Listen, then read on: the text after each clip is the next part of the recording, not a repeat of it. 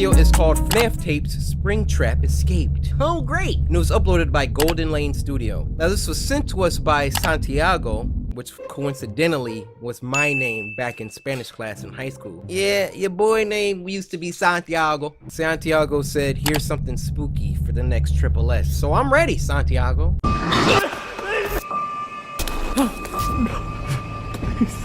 Oh my gosh. FNAF Tapes #1. This looks crazy. Oh my.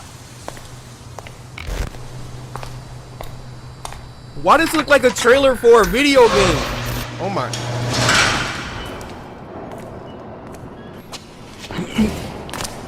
See? What you going down here for? See? He looking for trouble. See, I would have saw that light. I'ma just shut up.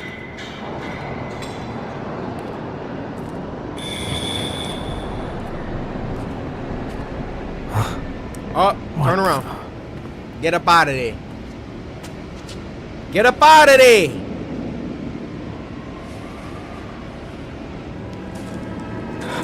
What?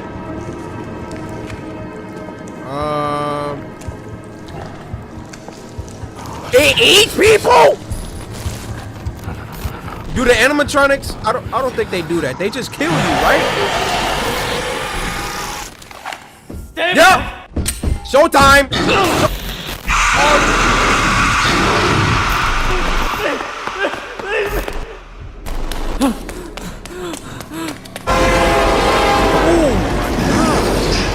Bro, I'm jumping. I'm jumping. I don't care, bro. At least that's an instant death.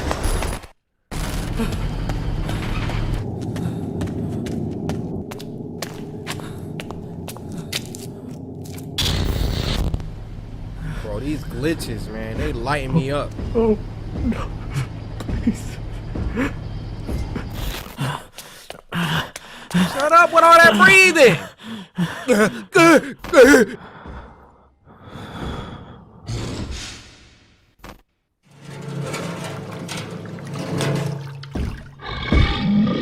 Bro, why would you hide right here?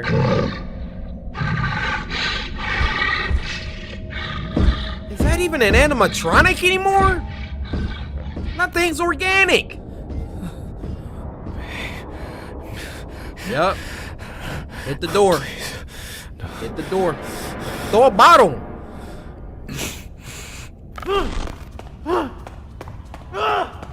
Why are you screaming? What is wrong? Damn it.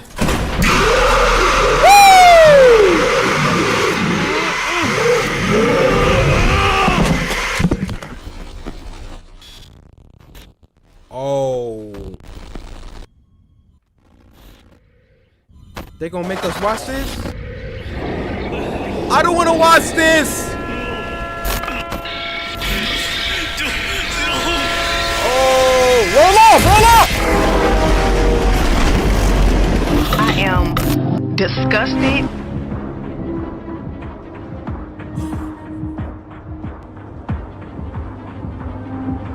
Excuse me? That was ice cold. That's how we starting this week off?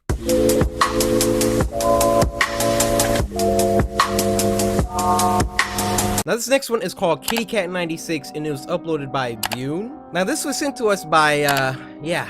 And they said this one's kind of spooky, so, if it's not, I'm coming for your back meat.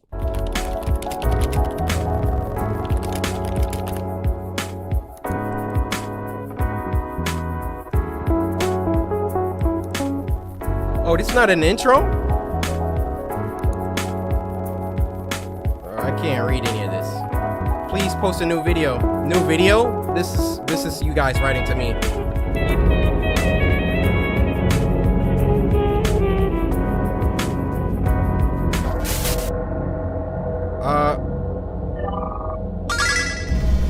Take a look inside. Wait, what?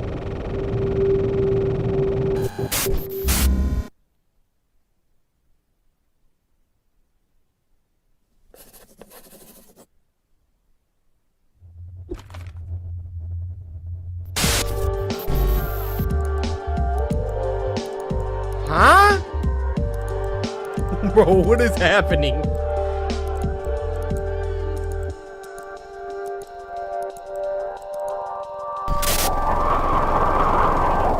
She made a copy of herself. There can only be one?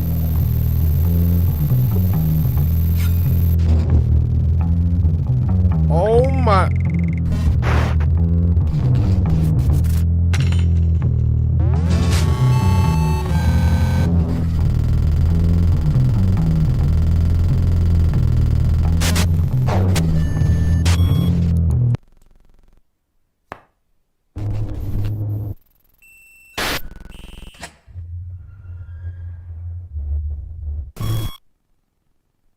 Oh.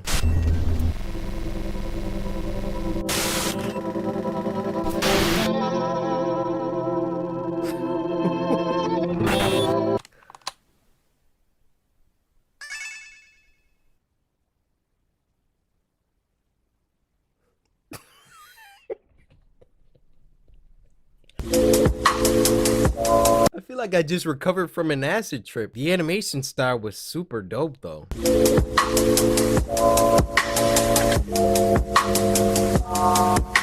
Now this next one is called Don't Stop for Gas at Night. Ooh, I'm already excited. And it was uploaded by Klart, who also did the Coryxkenshin Baldy animation, which you should check out. Why are you just staring at me like that? Can never go wrong with Zero. That was a good video. Thanks again, Klart. Now this was sent to us by Rivehard, and he said gas up, light fire, slice them up. Now I'ma just give y'all a second, cause that was a little subliminal cue for y'all to semi slice that like button. So I appreciate you, Rivehard, for letting the community know, cause sometimes y'all be forgetting.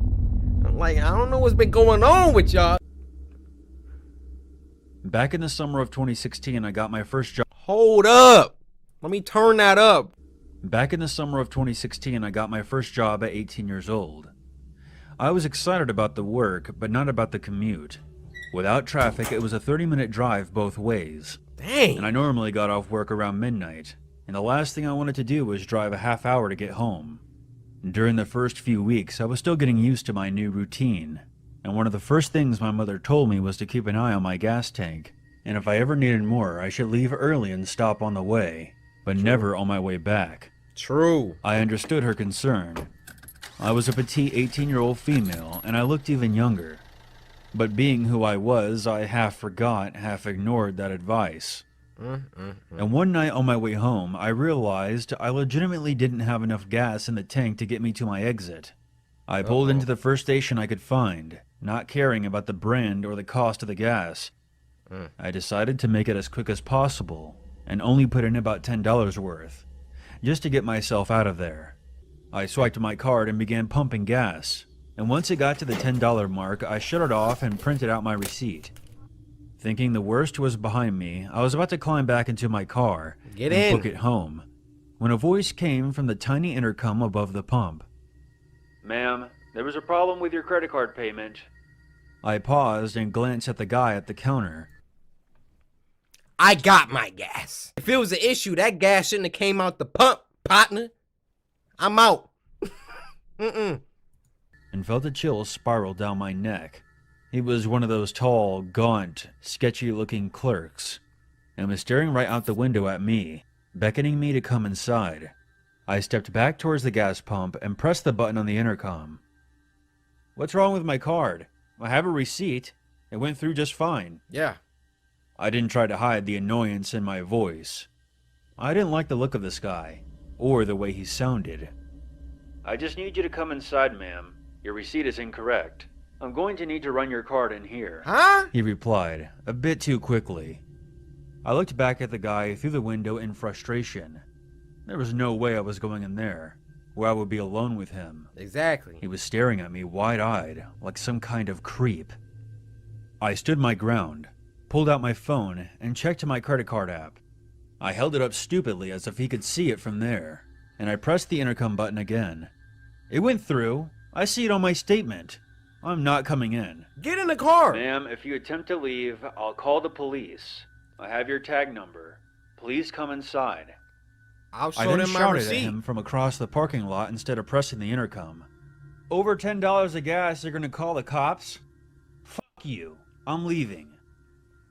I walked a few steps around my car and gave Drops him the mic. finger. I was just about to walk back around my car and climb into the driver's seat when I paused. It was mouthing something to me through the window. I would have ignored it, but he suddenly looked much more desperate than creepy. He kept beckoning me forward and calling out something that I couldn't hear through the window.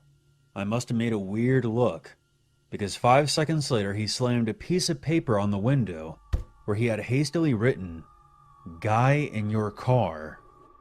Huh? Oh!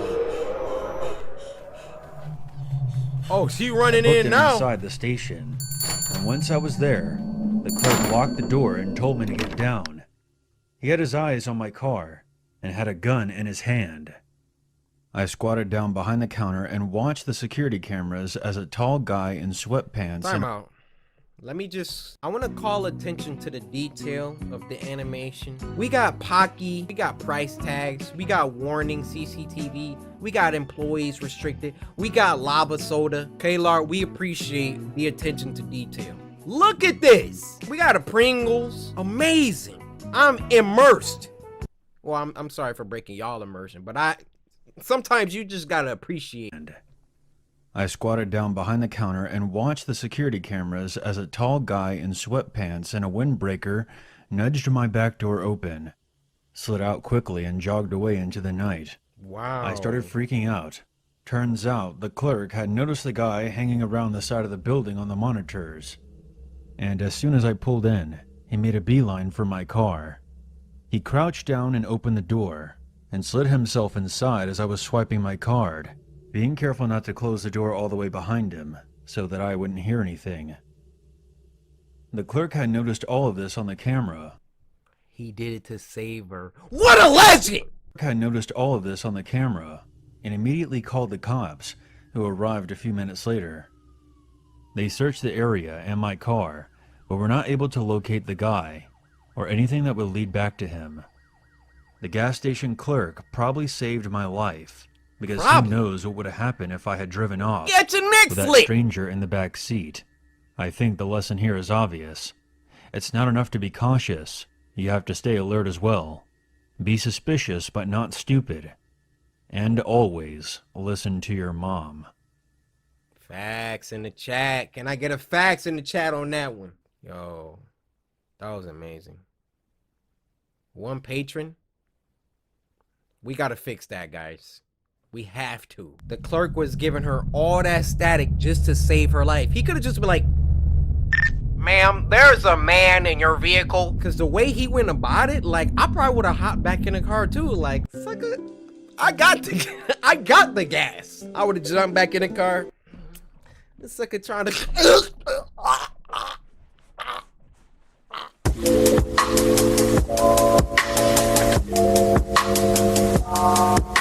This next one is called Cookie, and it was uploaded by our friends over at Alter. So, Alter, what's going on, guys? This was sent to us by Juliet Hartwick, who said, "I am determined for you to watch this." So, Juliet, thank you for sending me this. I don't know where this determination is spawning from for me to watch this. It must be very good. So, I would say thank you for sending me the video, and here's your reward.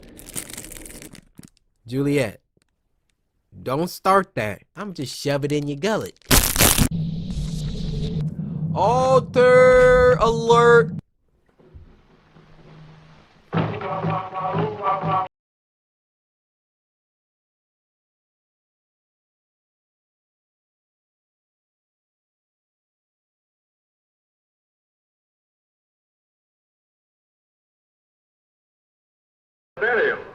In the road?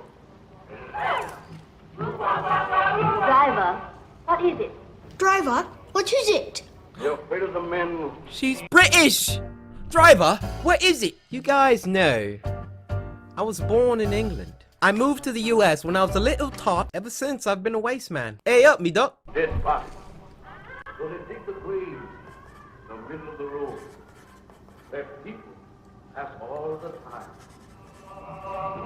That's a cheerful introduction to you. Ooh, you don't got permission? What you doing? Yes. Zombie!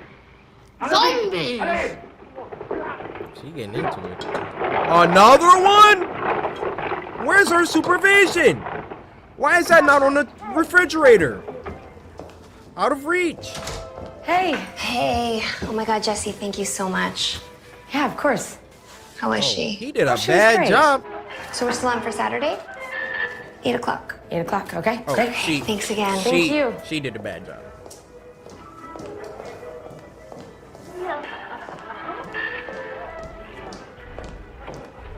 What is going on with your face? Nothing. How many cookies did you eat? I only had one. One? Don't lie. That's a lot of crumbs for one cookie. I only had one. Now you're in You trouble. know, I actually counted every cookie in that cookie jar. And if you did only have one, like I said, there should be exactly 13 cookies in that jar. You didn't count them.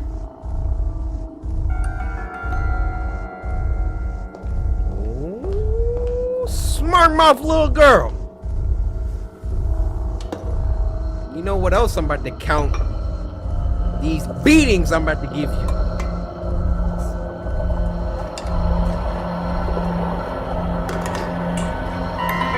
What the frick is going on? Ooh, what the? This is our new cookie jar. I do not like it. Well, then don't put your hand in it. This cookie jar is for adults only. Anytime that a child has stolen a cookie from this jar, Why would you bring that home? Bree, no more cookies. Why would you bring that home, Mom? Why?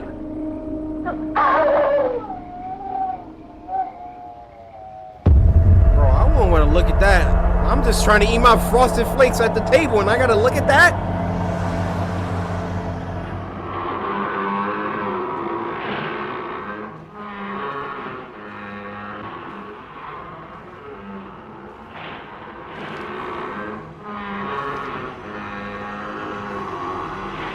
Oh, she bad.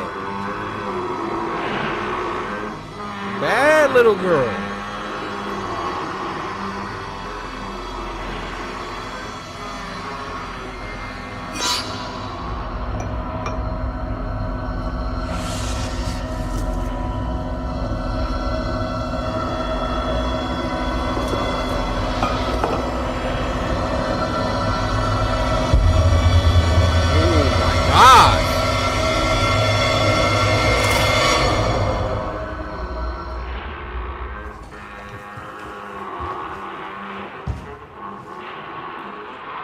Whatever might have happened to her, nobody feel bad about it.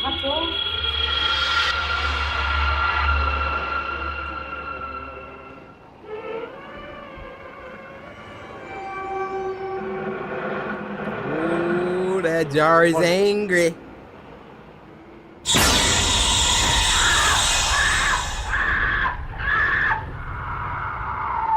What are you watching, AMC?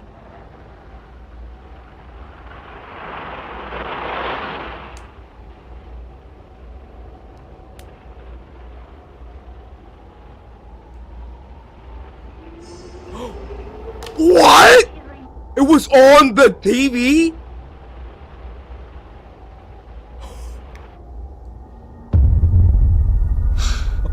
Yo, that's fire.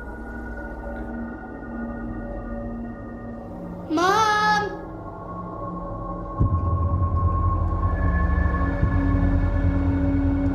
All right, Juliet. I see why you sent me this. All right, all right. Mom!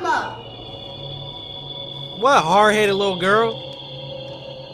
Don't be calling for your mom now. You done stole the cookie. Mom!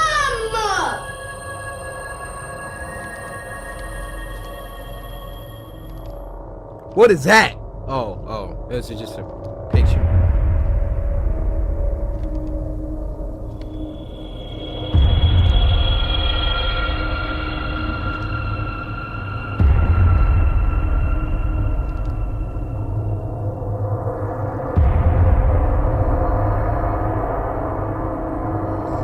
Ooh, what the?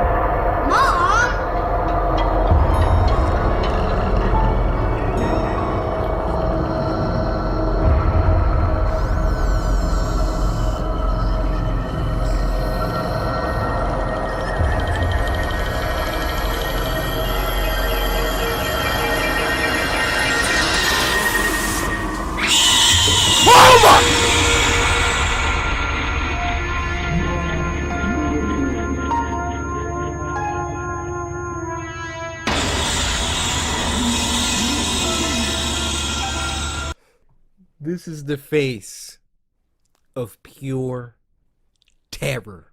Wake up! Oh my god!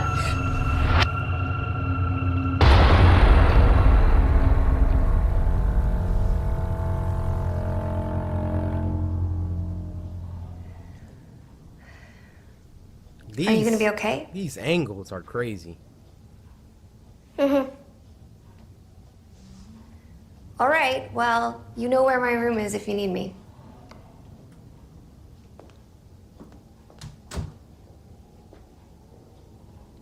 Well, I done already seen something move in the corner.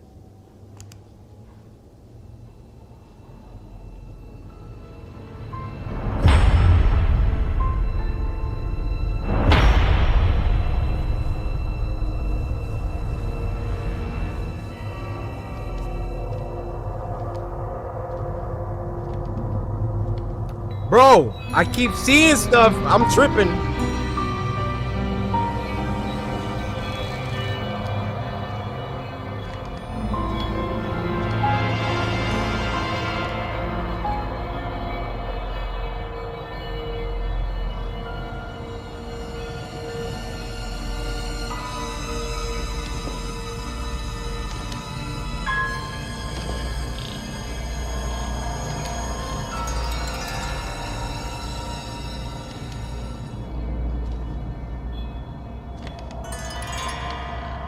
You hear that?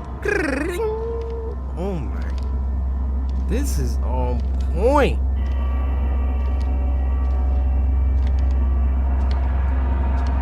I'm scared. Man, they about to hit us with a nasty jump scare. Why is it facing that way? You was facing the couch, not the stairs.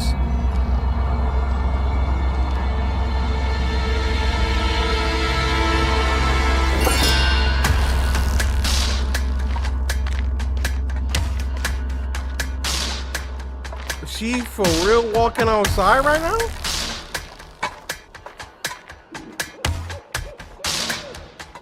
Where is your mom? Y'all don't lock the house up at night?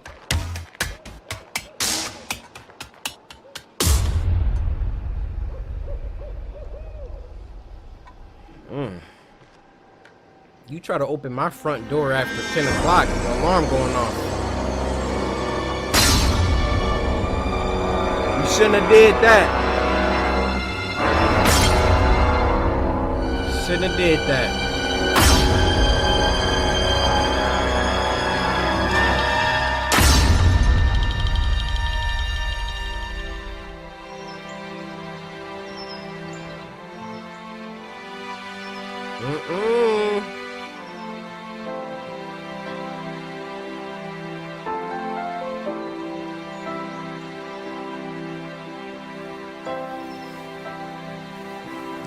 They trying to trick us, y'all. Don't even fall for it. This little everything's gonna be alright. Well, not ignore that singing, but you know, you hear the music.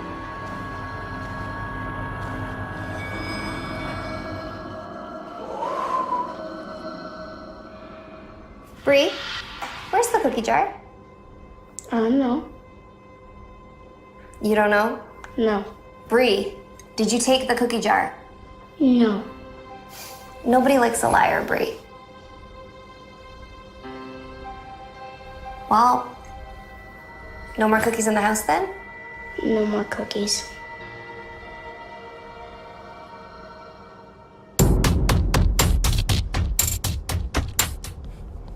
I was about to start dancing. Oh, don't get the babysitter dragged in.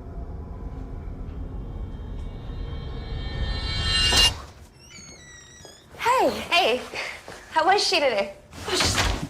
Yeah, she's painting. Okay, well, we're still good for Thursday, right? Yeah, I'm not sure. No, she's gonna work. Okay, well, I have your money here. It's fine. Just send it to me. Thanks. Okay, I gotta go. Bye. Yeah, just send it to me as I take it. She ain't got possessed. Hi, honey. Hi, Mom. Wow, another masterpiece. Come on, It's way past your bedtime. Wait.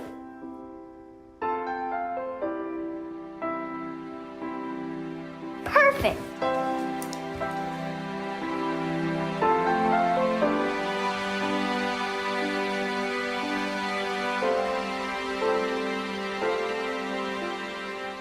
I love you, monkey. Is everything good? Yep. Okay. Let's see it Bye, back. honey.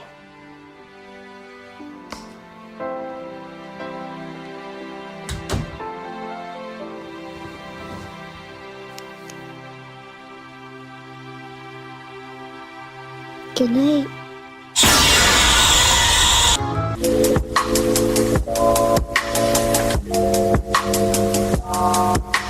The last one for this week is, you guessed it, he's hot, he's what's popping, he's trendy right now.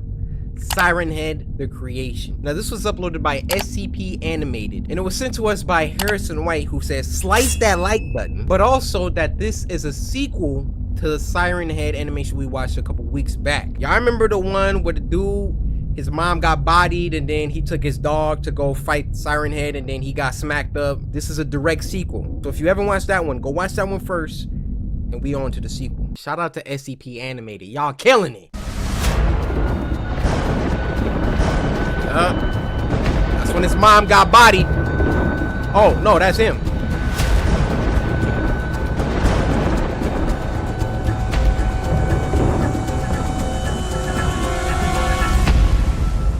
But the end of the other one made it seem like he died, because Siren Head started calling out to the dog, which I forgot the dog's name. It's about time.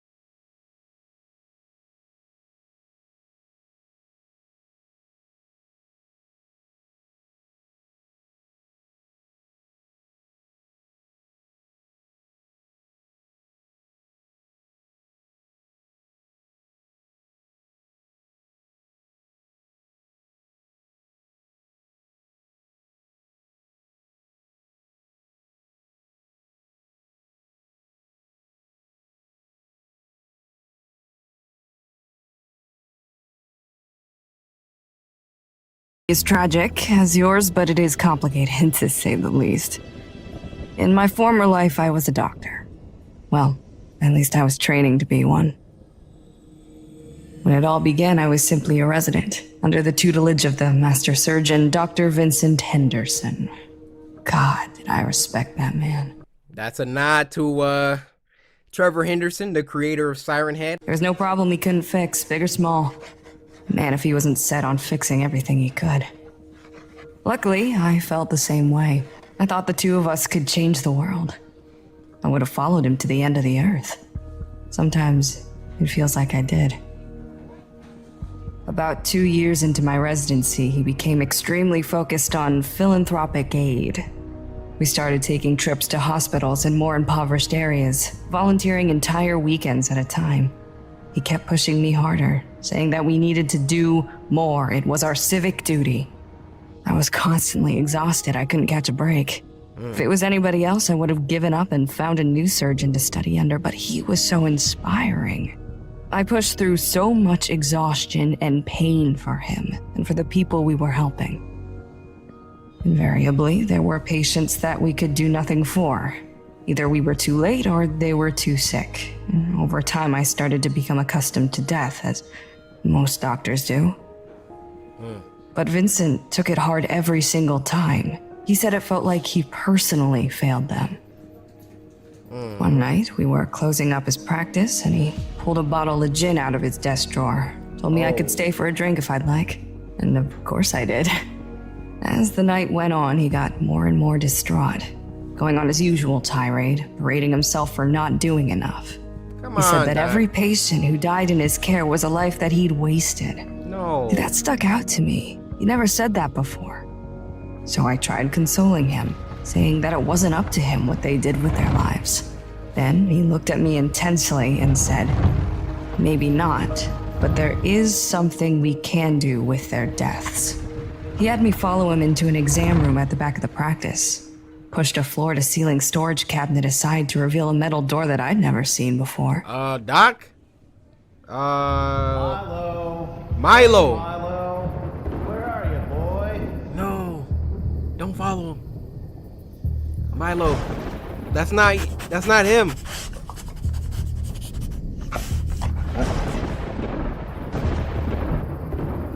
Wow. A secret room. What was in there? Are they The dead? room was a cold storage unit. I'd never known about it all my months of working with him. He unlocked it and ushered me inside. I remember the shock, mostly, and the smell. There were 4 bodies laying on metal exam tables covered in thin white sheets. Panic started to rise, and every muscle in my body was ready to run, but a certain curiosity held me back. He walked to the first body and looked at me before lifting the sheet. It was a Caucasian male, about 40, bloated and extremely pale. His skull had been opened and sewn shut again, and there were pins sticking into his scalp. Yeah. There was a speaker in his mouth, stretching his lips abnormally wide. The second body Vincent uncovered was a Middle Eastern female, no older than 30, who I could tell had been beautiful before she was hacked up. The third one was very thin, probably someone who suffered from anorexia. She was definitely less bloated than the others, but that could have been because the body was fresher. At this point, my mind was spinning and it felt hard to breathe. Vincent barely showed any emotion at all, probably just trying to gauge my reaction. He did hesitate slightly before revealing the last body, though. I couldn't tell what it had been. The entire head had been removed. Serious? Instead of a neck, there was a metal pole sticking out from between the shoulders, and mounted on top of it was a large, cone-shaped speaker. More like a megaphone or a siren than a speaker, really. The body was completely emaciated. The skin was leathery, almost like it had been mummified. I'm gonna stop you right there. This long-winded speech of yours really just boils down to your buddy creating this monster. Yep. That's all it is, isn't it? There's more to it. Really, we... We? What do you mean, we? Oh. Just listen. He about to kill you Right next. after he showed me all of that, he explained the project to me. He needed help, he said. The two of us were doing all that we could, but it wasn't enough. There was still enormous suffering, even within our immediate community. Through this loss of life, he said he could build something useful, bodies to help aid us if he could reanimate them. What? This was going to be his greatest achievement, Oh my. and he asked me to help him. He said he was very close to finishing the project, and he was sure his next one would work, but the operation would be delicate and lengthy. We're all gonna die. He needed me. So what? You're in love with this guy, and you just do anything he asks? It Get was her! complicated. I didn't say yes right away. I said I'd need time to think it over, which he agreed to. I knew it was disrespectful to the people whose bodies he used. So what'd you do I it? knew it was unnatural. Seriously, kid, I was torn about it. I couldn't sleep at night. My devotion to him and my belief in his work were pitted against this grotesque and extremely illegal project. but he procured a body just a couple days later, and when he called on me to step up, I just couldn't refuse. Wow. Procured a body? Jesus, did you never ask where he got them from? Of course I did. I had a lot of questions. So many that I thought he would accuse me of prying and throw me out of his office, or worse. But he was always patient and answered every question with the same calm logic he used that first night. I don't The care. bodies were from a colleague of his. With the number of people that he helped, he'd won a ridiculous amount of favors and trust in the community. And why the speakers? Oh, the muscles used to create speech are much harder to control than muscles in your arms or legs. These things didn't need to talk much, but if they were going to interact with our patients, they need to speak a little. So the speakers were easier than trying to get their mouths to work. What? Well, we Why only need accomplished two of that them? once. On him. I wasn't even in the room for that part. He asked me to step out, but the rest of the operation was grueling. Prepping the body took nearly 20 hours, and then we had to remove the head, attach the sirens, string wires around, graft muscle onto metal, cover the really gross-looking parts with extra skin.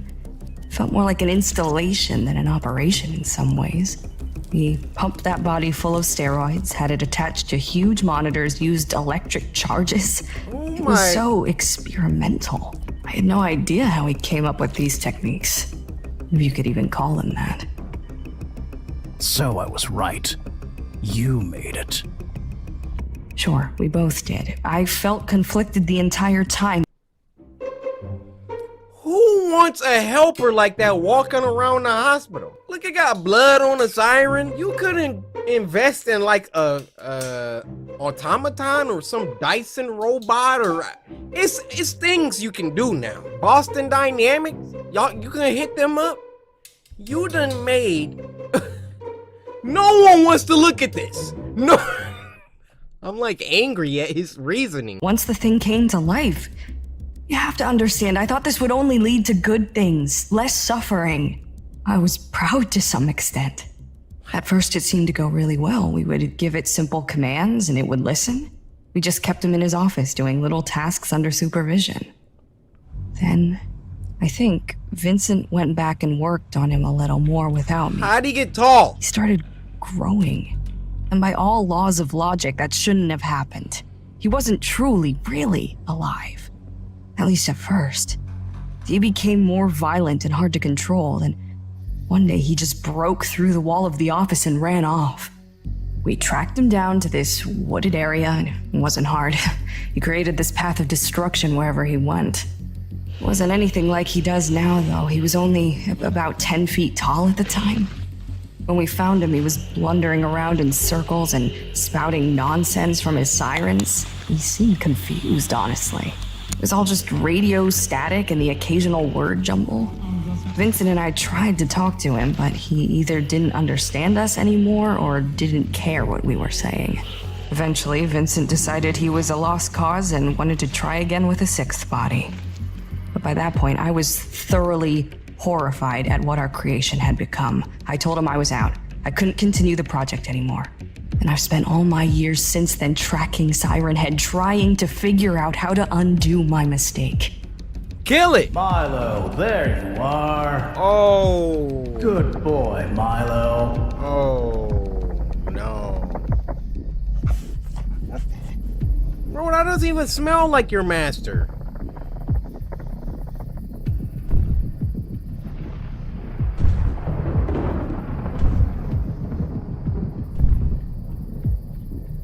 Oh, is it? Do you have any idea what grief you've brought people? I lost my whole family because of this thing. Who knows what it's done to other people in the 12 years since then? You think I haven't thought about that? I've spent my whole life trying to make up for what I did. How could you create something Your you whole had life. no control over? But we did! I don't know what Vincent did to it after that first operation. That's what made us lose control. It sounds like you're trying to tell yourself you're not to blame. Like you weren't responsible for everything it's done. No, that's not true at all.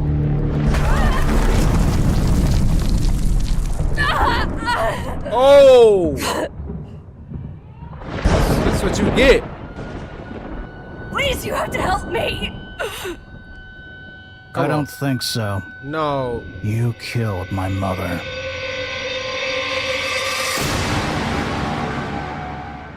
The storytelling, incredible.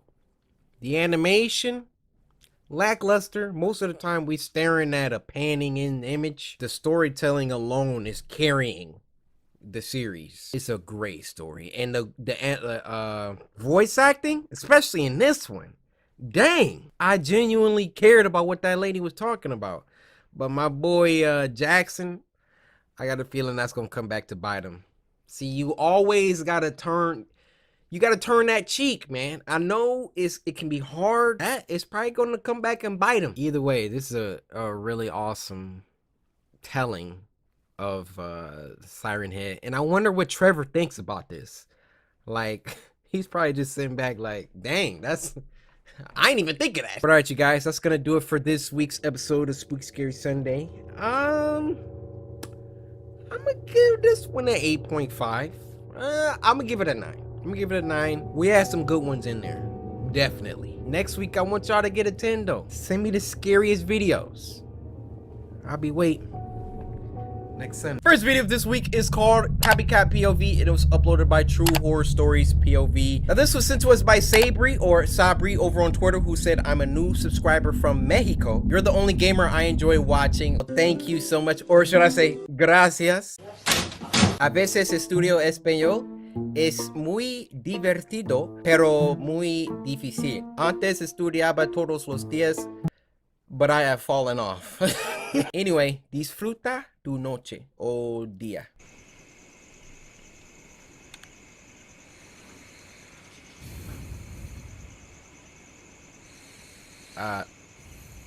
I can't read that. Exercise, but banyaknya kejap lagi balik.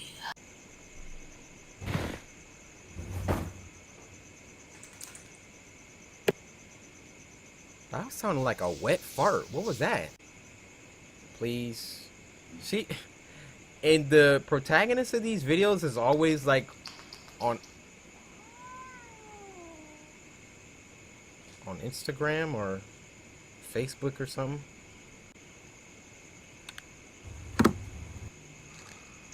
What are you like? She laying on the floor? Low key though, kind of good for your back. I mean, in short bursts, you know, because it straightens you out. You know what I'm saying? What does that sound like to you? That's gonna determine your innocence. 2 o'clock. Dang, she was knocked out on the floor. Hey, masa semua kan depan pintu ibu ni? Why are you guys hanging outside my room?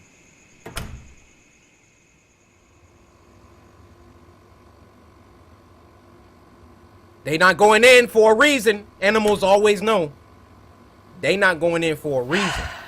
Dah balik bukan nak kejut. Biarkan aku tidur kat luar. Dang, husband? Esposo! Mana ni Caca? Why you wake me up? Ni lah orang. Dah pakai barang tak tahu nak simpan balik. Kat sini. Mana? Oh! Mana you? Pi! Oh! Pi! Pi, jangan main-main tak kelakar Pi, keluar! Wow!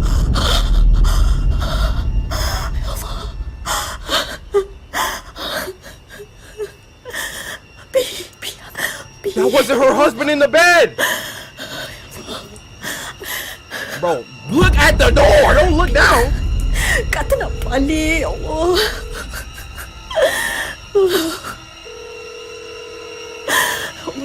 Kata nak balik. Ya Allah, tolong. Angkatlah. Oh my... Angkatlah. Oh no! Ya Allah. Oh.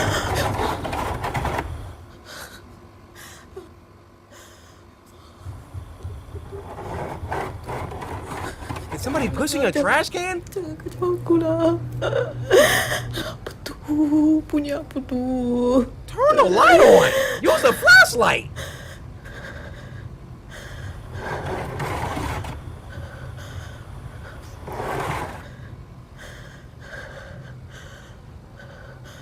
Oh no, under the bed. No, no. Kucing ke? It's not a cat. Meow. It's a freaking monster.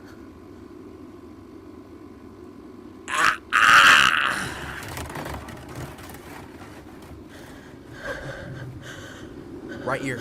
Right here. B! B! B! It can mimic voices.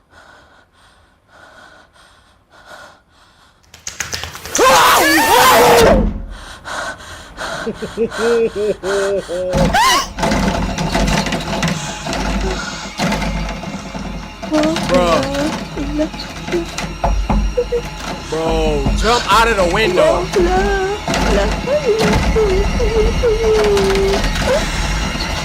Oh my god.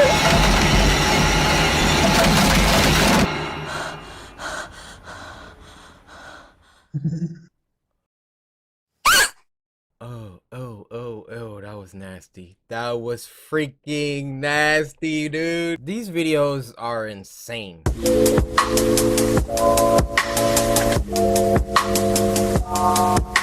This next video is called Crooked Rot, and it was uploaded by David Firth, creator of Salad Fingers, who I think we reacted to once before. This was sent to us by Olivia, who said just binge watch Spooky Scary Sunday and Samurai slice that like button, of course. Olivia, you don't understand. You're in my high favor right now. If you by chance offer me a neutral grain bar, I accept it. Well, Olivia, see, that's the funny thing is, I was just about to hand it to you.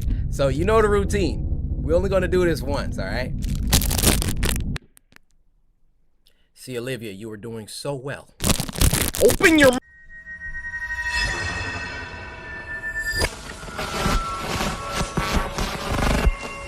What you got us watching, Olivia? What is this? What is this?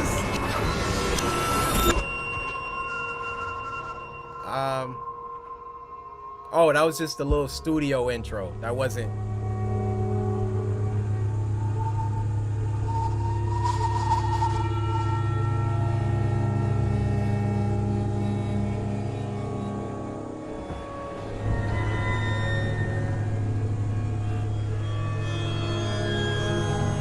This about to be nightmare fuel.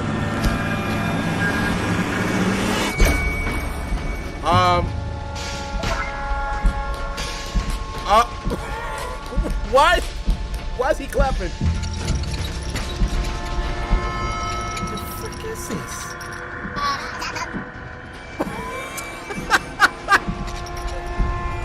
What?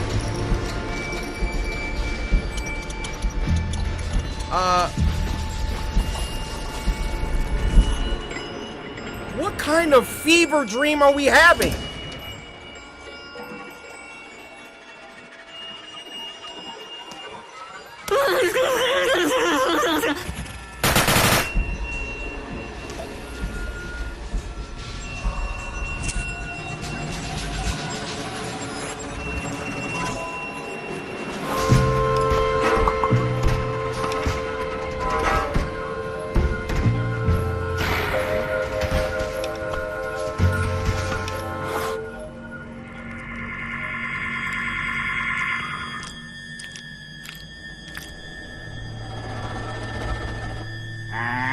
I hope y'all Bibles are nearby, because I got a feeling we letting some type of demon through the screen. Why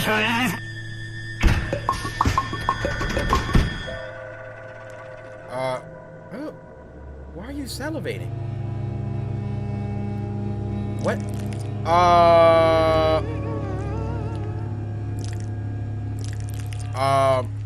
Oh, you hear the macaroni sounds?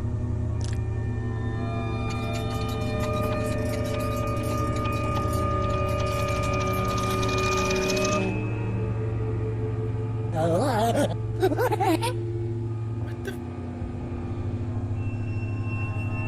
Bro, I'm still... What do you got us watching, Olivia? What is this? Like, for real? I'm not playing anymore, Olivia. What is this?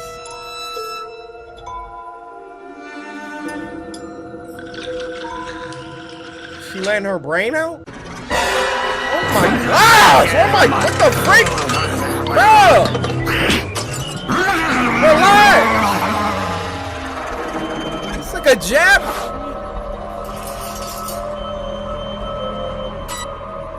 No, thanks. Nope, change the channel.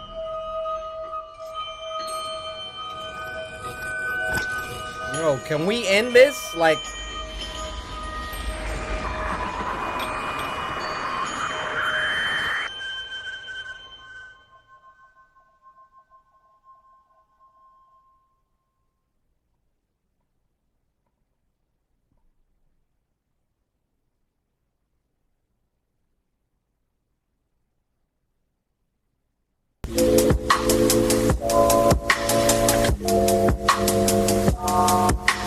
This next video is called The Mannequin, and it was uploaded by Social House Films. Nice to see you guys back on the show again. Now, this was sent to us by Jen, who said, I don't know how you feel about mannequins, but I think this short was so creepy. Well, Jen, we're about to see how creepy it is. But knowing Social House Films, I'm sure this is about to be very creepy.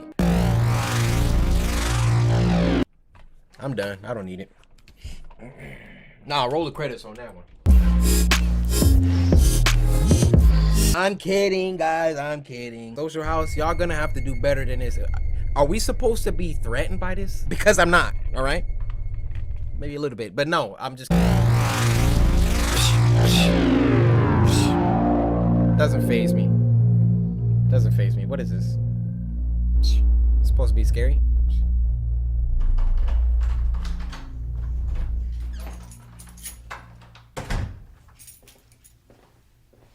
It's our girl.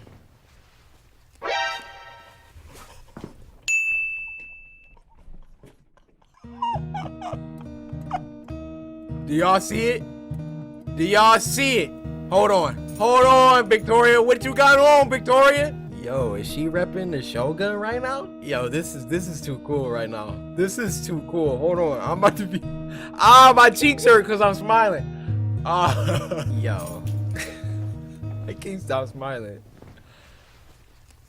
I know that shirt. Yo, she got...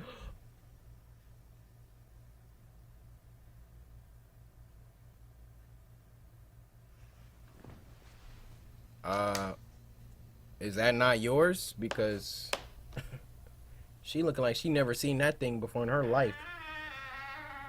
Look at her shirt, dude. Oh my. No! Look at her shirt! Alright, okay, alright. I'm sorry. My name is in this video. I liken their stuff to like AAA studio movies, alright? So my shirt is literally in a movie right now. Alright, I'm not pausing anymore. It looks good on you, Victoria, by the way. I just... Ouija board? You didn't see...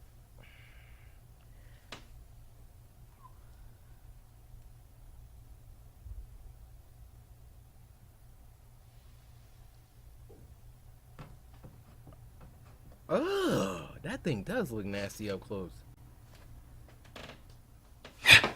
She dang near scared me.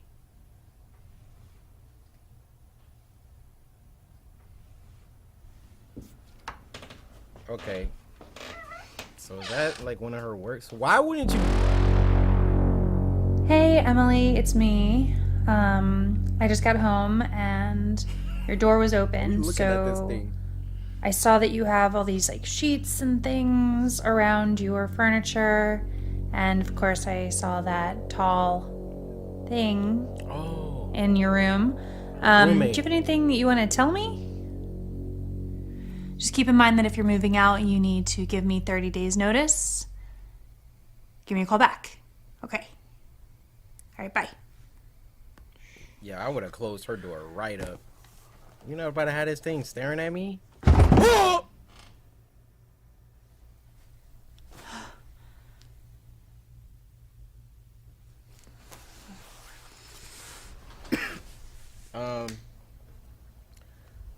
Nah, see, you gotta go. You gotta go.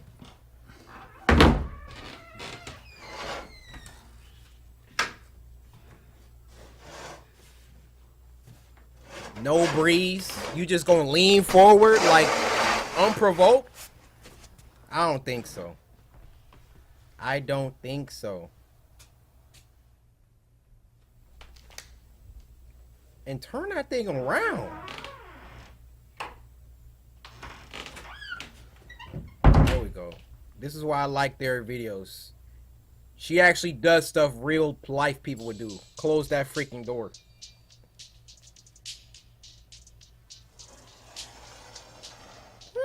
I wonder what's sliding around in there. Yeah, we'll take that off.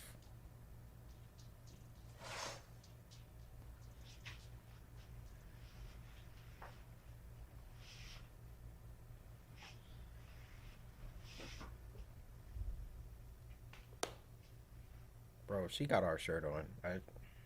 I'm sorry.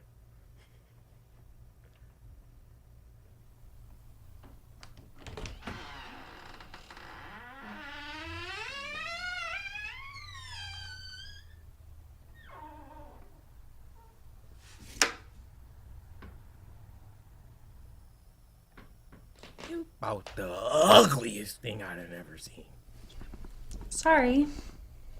You're too creepy to stay inside tonight. There we go.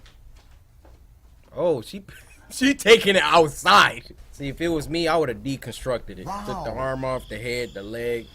I would have put them all in separate parts of the house, all right? Why that door closing? Why that door closing? Why is that? Ooh. Ooh.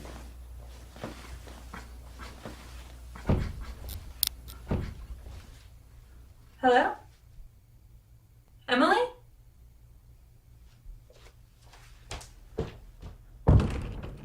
Oh. Hello? Emily, this isn't funny. Hey! Oh! This isn't funny. Oh! Might want to turn around. Oh, look how that thing is looking!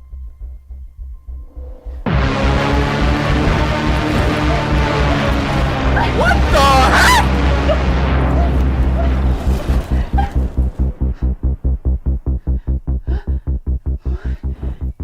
What kind of genjutsu? That's just an amazing shot right there. So it's a freaking Ouija board. She's a part of something. Dang!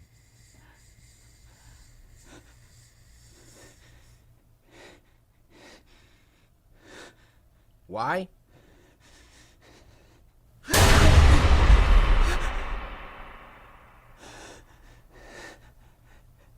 Don't move, bro. If that thing move.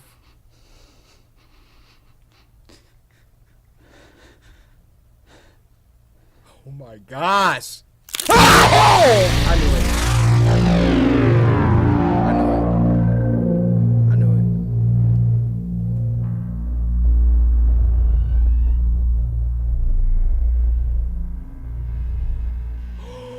What?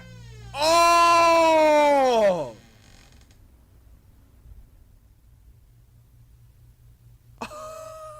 Yo, so was that her roommate? Oh my goodness, man.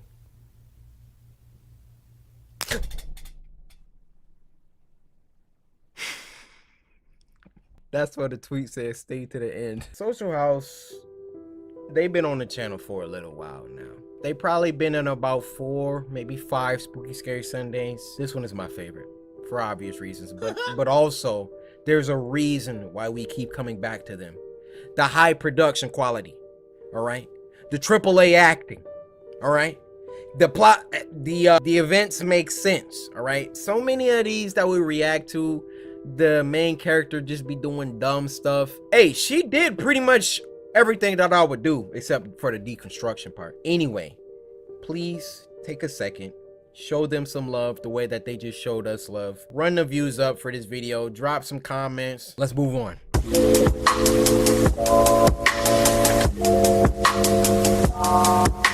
This next video is called Brand New Beginnings, FNAF VHS, and it was uploaded by Joe Lonick. Now this was sent to us by Hi, who said this is the scariest FNAF tape they've ever seen, and I will love it. You better. Well, dang, what happens if I don't? So I'm gonna need y'all to forget that ever happened.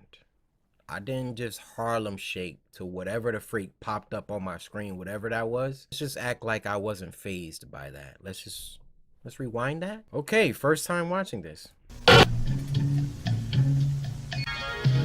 Due to the closure of Fredbear's Family Diner, Fazbear Entertainment have bought out the kids' restaurant to rebrand it as Freddy Jr.'s, planned out to open near the fall of 1984. Any previous employees from Fredbear's will not be allowed to enter the building due to... That was abrupt. The new cast of characters are the more enhanced... Oh, they cut it out! They cut it out! I get it. Due to some kids dying and blah, blah, blah, blah. Let's continue on. Wow. Yo, this is just making me so hyped for freaking Security Breach. I haven't played FNAF in years. Crew from Fredbear's, with facial recognition, advanced mobility, and most importantly, allowing the animatronics to roam the building to entertain kids anywhere inside. Great. The original cast of characters will be stored in the parts and service room at the back of the restaurant. The original cast will provide parts to save on cost after spending a small fortune on the new cast. Okay. This is also the same for security. The office which your night guards will be working in has no doors, no heating, no sanity, no love, no help, no family, no home, no criminals, no criminals, no criminals, no criminals. No, not the criminals no thing. Oh my gosh.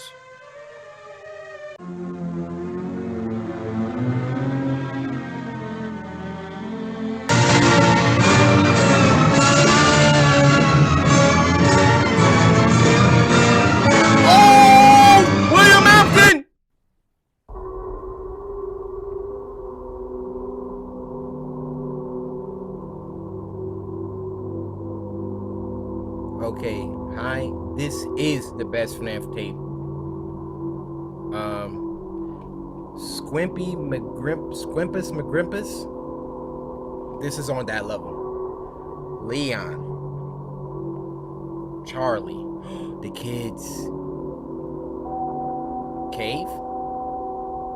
Y'all ever known anybody named Cave? We're sorry for what we've done. Oh my gosh, bro.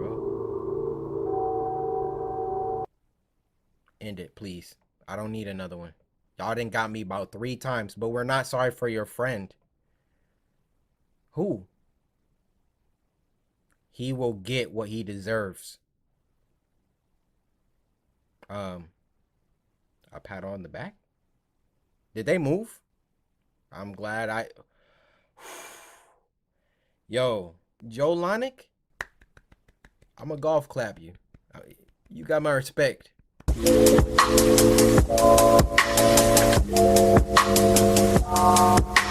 Now the last one for this week, and it's a long one, is called A Manchester Horror Story, and it was uploaded by Llama Arts, who hasn't been on the channel for a while. How you doing, Llama Arts? Hope you've been well. Now this was sent to us by Sira over on Twitter, who said, hello from Brunei? Brunei? Yo, we out here? Samurai, freaking stand up. We're in Brunei. I watch your Spooky Scary Sunday every Sunday and am your biggest fan. Well, Sira, thank you so much. Samurai, we really out here, ain't we? But at the same time, we still slept on. Ain't that crazy? A Manchester Horror Story. I'm probably not gonna pause. This is a story about how I became a 30-year-old male who is secretly afraid to be outside after dark in cities. He's agoraphobe? I live in Manchester, in the UK, and it's widely regarded as a relatively safe and multicultural city. Good transport, friendly locals, and plenty to do. Okay. I don't live there anymore, but I'm proud to be from there, and I will always have one hometown. This took place in 2016, and at the time I was working for a company that hired me to work on contracts. You know. So 4, 6, sometimes even 8 months abroad, and then 2 or 3 months at home. Oh. So when I was home, I made sure to see family and friends as much as possible. Whether it be meeting and playing video games, a drink at the bar, playing sports, or traveling together. Okay. The incident took place when I was on my way home after a night out drinking. What the freak? And I write this 4 years on since it happened. I still have PTSD from the incident. And think of this as my way of telling you all to be careful out there. Okay. As well as this being an opportunity for me to talk about He had it. a gash on his hand. Those who know Manchester know about its quite frankly amazing tram system. It's affordable and easy to understand. Right. There is a tram station right near to my apartment, just outside the city center. I had been back in the country for 7 days and had arranged to meet my friends in the city for a reunion of sorts. Nice. Drinking, dancing, and catching up. You know how that goes. Yeah, I do. It's important to note at this point that at the time there was a homeless gentleman that adopted the tram stop near my apartment as his own. Okay. He would always sit at the top of the stairs leading down to the platform, and whenever I used the tram, I would always see him without fail. It had even gotten to the point where we exchanged a friendly nod to each other every time. Cool. But this time, on the way to the city to meet my friends, everything changed. What happened? On any normal occasion, he would be sitting under the shelter at the top of the stairs, either asking passersby for money or just saying hello. But as I approached the top of the stairs, around 20 to 30 meters away, I saw him, and he stood up straight, almost too straight, with his chest out, just glaring right at me in the going the most other way. menacing way. Going the other way. His brow was furrowed, his jaw was clenched, and he was breathing heavily. Okay. I could see his chest rising up and down with speed from now 20 meters away. Ugh. Maybe drugs was involved or something had angered him. Yeah. Why me? I thought. Bro. Now, I'm not the biggest guy in the world. I'm 6 foot and athletic, but I don't believe violence is 6 foot and athletic? Yeah, I'm not the biggest guy in the world. I'm only 6 foot. If you 6 foot getting bullied, try again. You're doing it wrong. I'm not the biggest guy in the world. I'm 6 foot and athletic, but I don't believe violence is the answer in any case. Hey, I too, but I'm not sometimes you easily gotta resort to intimidated it. At all. Alright? But the way this guy looked at me sent shivers down my spine. I immediately looked down after we made eye contact, and then looked ahead, because I thought maybe Man, it don't was look just away. a glance from him. I'm looking at you dead in your Then, eyes. I looked What you back at looking him at? again, when I was even closer and his eyes were still on me. Whoa! This time they were wide, and he looked unhinged like he was ready to attack. I looked away again. Y'all know what time it is. When I get into this stance, somebody about to wake up on a drug. What you think, I'm supposed to be scared of you? Huh? Corvette. Because at this point, I felt I had to ready and prepare myself for a potential confrontation with this guy. Sir, get ready. Don't When I look was away, close man. to him, I looked back again, and he took a step forward, watching my every move, looking me up and down as if he was assessing my weaknesses. As I approached the top of the staircase, he was turning his head as I moved. I knew that this was not normal behavior from him, or anyone for that matter. I thought I have to address this, because he's freaking me out. You already passed so I him. stopped, met his gaze, and pointed my body towards him just before I went down the stairs. Okay. And I calmly asked him, "Is everything okay, mate? Can I help you with something?" Nothing. I got absolutely nothing as he looked into my eyes. I could hear his fast breathing at this point through his nose, and he looked like he was having some sort of episode. So I moved on and quickly went down the stairs. Get out of there, man. What the f has gotten into this guy? I thought. I almost felt bad for him. At the halfway point of the stairs, I looked behind me to see him standing at the top, Bro, looking down. You feeling directly froggy? at Then me leave. again. I could only describe the look he gave me as bone-chilling. He looked like a predator that had found his prey. I kept moving as I didn't know if this guy had a weapon or what his intentions were at this point. When I got to the bottom of the stairs, I turned around again. Bro. And to my shock, he had walked 4 to 5 steps down, Whoa. still standing and glaring at me with the same Whoa. disturbed and angered look. He was clearly stalking me now. Yeah. I could feel my heartbeat in my ears, and sweat was forming on my forehead and palms. Luckily for me, the that? platform was Oh. very busy, and the tram I needed to catch was approaching, so I quickly immersed myself amongst the crowd of people getting onto the tram and found a seat. Bet. Wouldn't you know it? When I sat down and the tram started moving, I looked back towards the bottom of the staircase, and there he was, just glaring at me with this horrific, sinister grin on his face. Who wronged you? I did not feel safe. The entire journey to the city, I felt on edge, anxious, and all I could do was think about that guy. When I eventually got there, my friends automatically picked up on the fact that I seemed a little off. Yeah. So I told them about the situation I was just in, which they just dismissed, saying that I was probably just being paranoid and that he'll be gone by the time I get back home. Well, why don't you come with me then? I agreed with them because I realized that he is usually only there during the daytime, so I enjoyed the night. We all drank, laughed, and even met some cute girls.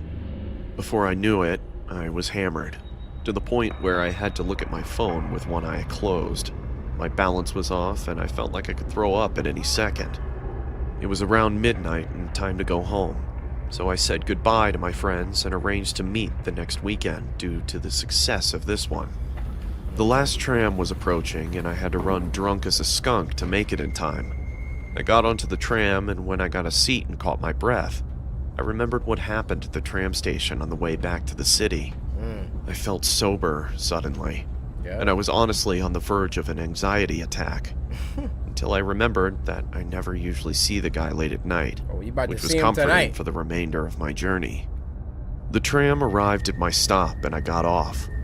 I just stood there for a second, surveying my surroundings. The platform was empty. The skies were clear, although dark. The air was warm, and the only sounds were the nearby traffic and the tram leaving the platform. I remember it like it was yesterday. I looked towards the bottom of the staircase and the platform leading to the street, and I took a deep breath. I approached the stairs and looked towards the top. Much to my relief, he wasn't there. He landed Stage down one up over. there, so you can't see Stage him. 2 was easy. Get to my building, which was about 150 meters away from the stairs. Okay. As I slowly walked up the stairs, trying to make as little noise as possible, my heart was in my throat. All I could think about was what I would do if he was there. Bro, But I was drunk and I didn't think fast enough. I arrived at the top and looked to my left, and what do you know? He's there. And as soon as I look at him, his head snaps, and he's looking me in the eyes with the same terrifying look, He's almost foaming at the mouth to like he's won a go prize. down. He stands up slowly and turns to face his body towards me. At this point, I realized how tall he was. About 6'2", huge gray 2 and inches dirty on you, beard, nothing. almost skinny with a lean body type. I was almost pissing myself. So to break the tension, I just nodded at him and told him, "Good night, mate," and I walked on quickly towards my apartment. I suddenly heard a deep, hoarse voice say, "You got any spare change?" Loud and obnoxious. Which I turned and replied quickly whilst I was walking backwards. "No, mate. Sorry. Sorry. Have a good night, though." And walked on again. I was free, and my anxiety was disappearing. All I was thinking about was getting to my building as fast as possible. Then, I heard what felt like the loudest, most aggressive voice ever. "Hey!" I stopped, and I turned around Freak you so on. fast because he made me jump and scared me. He was holding a knife, and it was pointed directly towards me. Run. The nightmare scenario was playing out now, and I held my breath as he walked slowly towards me. Run! I was definitely drunk, huh? sober now, and no, I he's weighed not. up the options. Run. I run and take a risk, Yeah. or I start to negotiate with him. I thought, Negotiate? there is an ATM nearby, I can get some money and just go home. He was around 5 meters away, with the knife pointing towards me. Yeah, because you were letting him I walk wasn't towards going you. to let myself die like this. He then said, "I'm going to ask you again. Do you have any spare change?" No, I don't. I couldn't tell whether I wanted to throw up or cry, but I had to get out of this situation. No one else was around that I could see or hear, and it was on me to get out of this. I said to him, Look, there is an ATM. I couldn't even finish my sentence because he had thrown the knife at my face. Oh! It hit me just above my eye, cutting me on my eyebrow, taking a chunk of skin clean off, and there was blood in my eye, partially blinding me, and there was blood all over my face almost immediately. I was blinded and breathless. I fell to one knee in shock, and I barely saw the knife in front of me on the ground through my drunken, shocked, and partially blinded state. So I reached for it as fast as I could. But it was too late. He had already picked it up and tackled me to the ground. I yelled a guttural and deep shout for help down the street as he tackled me, holding the knife. A sound I didn't know I was capable of making. But this dude says some. That's the only sound that will probably just come out of you in an emergency situation. You never knew you could make that sound. Did you hear what I just produced? Never in my life have I made that sound. Adrenaline was coursing through my veins now. He had the knife in his right hand and plunged it down towards my face. And the only thing I could do was put my hand away. I screamed in pain as the guy was on top of me. He had put the knife clean through my hand, in between the knuckles of my middle and index fingers, to be specific. I started to push back, realizing how much stronger I was than him. The tip of the blade was about 5 inches from my face, and then a miracle happened. I heard the voices of a group of people yelling. Hey, stop! Accompanied with their fast-running feet towards me on the tarmac. The guy's grip on the knife was weak suddenly, and he looked behind himself, clearly seeing the group approaching. They shouted again, yelling, "Get off him!" And he jumped off of me. Unfortunately for me, he took the knife with him and ripped it out of my hands as he jumped to his feet and swiftly ran into the nearby woods. There were 5 people in total who came to my rescue. 2 of them initially chased the guy into the woods before I shouted, "No, he has a knife!" And hearing me say this, they let him go and started to call the police. That dude look like Naruto. This incident changed me for the better, and I wake up every day appreciating everything in my life. After the incident, I was rushed to the hospital and I had surgery to reattach the nerves in my hand 2 days later. The guy who attacked me is in prison now for attempted murder. Good. The police showed after the incident within 5 minutes, and full credit to them. They found the guy hiding in the woods, still holding the knife behind a tree, and they managed to subdue and arrest him on the spot. He was on a cocktail of drugs, and he openly admitted to the police that he fully intended to kill me if he had the opportunity. But this incident was simultaneously the best and worst thing that ever happened to me. How? The best, because I appreciate life so much more now. I talk to those I love every single day. All life is precious.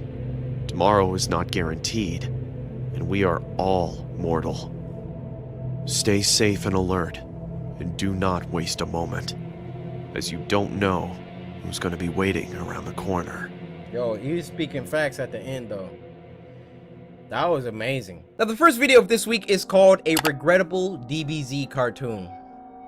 And it was uploaded by Meat Canyon. Meat Canyon, I have a really special bond with DBZ. My most favorite anime of all time. This was the thumbnail. Yeah!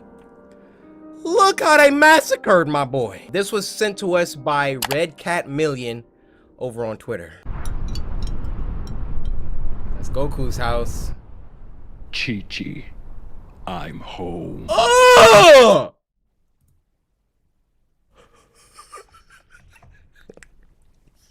Goku, what did they do to you? Chi, I'm home. Goku? What are you doing here? Bit of an odd question, isn't it? What? I said it's a bit of an odd question, isn't it? This is my home, so I should be allowed to shelter at my own convenience. I suppose. I suppose, yes. I do suppose.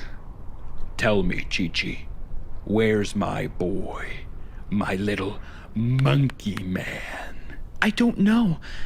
You really don't seem to know much, do you? He's out training with Piccolo or one of the others. Thought you didn't know where my son was at. It was just an educated guess. Oh, is that right? Where did you go to school? Oh my gosh. Bro, imagine if Goku is like evil. Chi-Chi won't be able to do nothing. What? So educated you must have some master's or doctorate to be making such bold claims. Would you care for a sensu bean? Chi-Chi? No, thank you. Goku, you're scaring me. Uh-oh. What's going on? Uh-oh. You've never been grateful for the things I've given you. What? I said, you've always been an ungrateful pile of dirt. What? Oh my God. Dirt beneath my feet. Only there to breathe life into the seeds I plant. What do you mean I'm the soil? Wow. No, I don't think I am. Why is he popping sensu beans like Zans? How much have you ever lost on a game of cornhole? What? Are you deaf? I asked how much you've ever lost on a game of cornhole. What the freak is cornhole? Bro, I'm about to look this up. Please don't tell me this is something crazy. Oh, it's this game. Okay. I don't think I've played, okay? Of course you have. You've been playing your whole life. You just didn't know it yet. What? I want you to toss that sensu bean into my mouth. Why don't you just use your hand? Why are you playing this game? Chi-Chi, toss the sensu bean.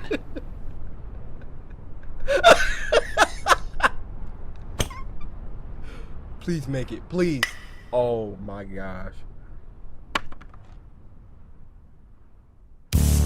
Oof! A major airball has landed Chi-Chi into the fight of her life. Can she overcome her godlike husband and live to see another day? Or will she perish like the countless foes that have crossed his path? Find out next time on Dragon Ball Z. What the heck? Alright, it could have been worse. I thought he was, you know, Meat Canyon. He could have ripped her head off. He could have been blood everywhere.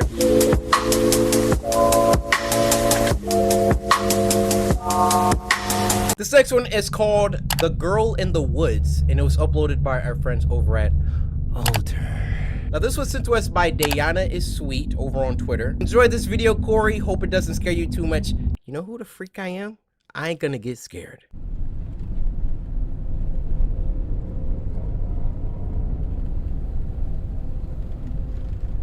Okay. Last situation I want to be. Driving down a spooky road at night, can barely see?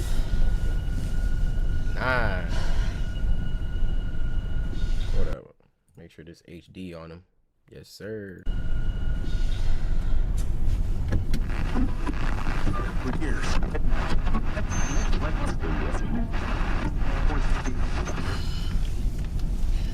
You don't got Spotify? Where's your aux at? Oh my god. Oh my gosh! This is with some of y'all phones. Y'all be walking around with phones that be looking like this. Look at the top! This is why I told y'all, do yourself a favor. Coryxkenshin.com, get you a phone case. Don't be like her. This is why she not on Spotify. Yo, I can't even look at her phone, bro. Half her screen don't work. And it's dead? Oh, just throw it in the trash. Go to the Apple store immediately. Nope, keep driving. I don't got nothing to do with me. Huh? Oh, I thought that was somebody. Oh!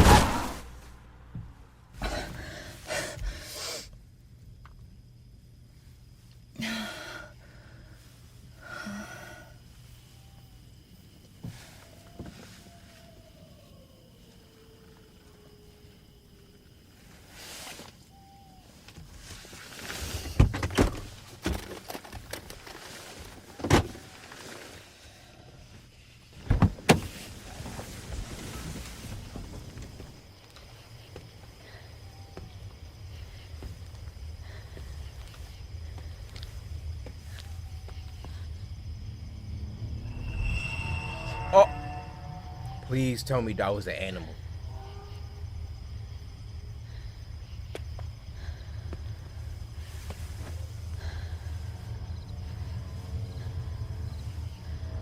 Where's the... Don't touch it! Huh? It could be deer fur. Hello? It could be deer fur. I'm optimistic. Please don't be a woman. Please don't be a girl in the woods. The title of this movie. I mean, short film.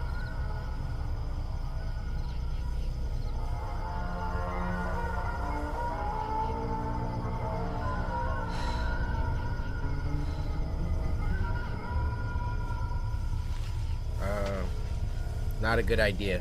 Why are you doing this? See if your vehicle will turn back on.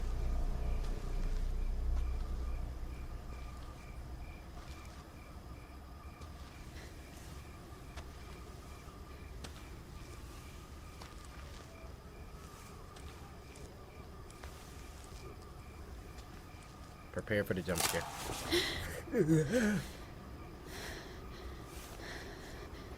Good. Everybody good. Ain't nobody up in the trees. I can't do that. Oh. Another flashlight?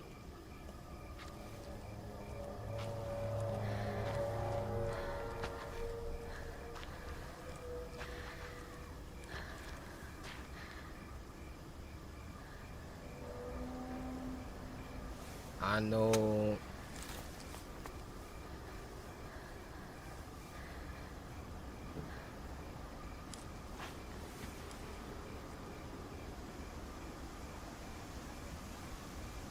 Yo, it's too quiet. I can't. I'm stressed. Yo. No. No. Why? ¿Por qué?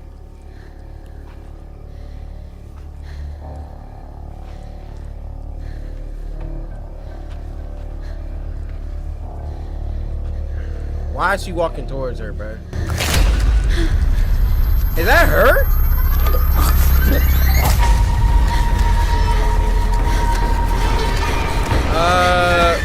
Let me go.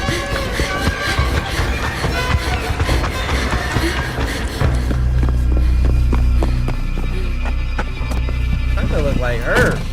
And it was another flashlight.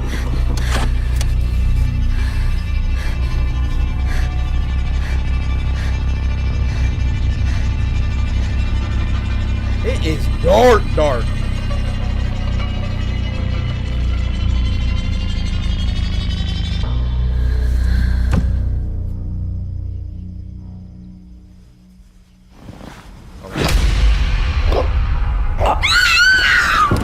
She about to get hit. She about to get hit by a car. It's a loop. Twilight Zone.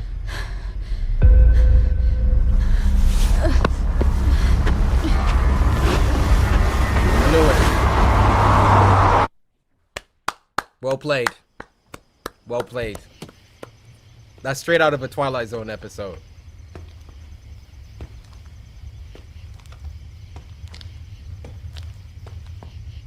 Hello? Wow. I like that. I like that one. I like that one. That was some horror science fiction right there.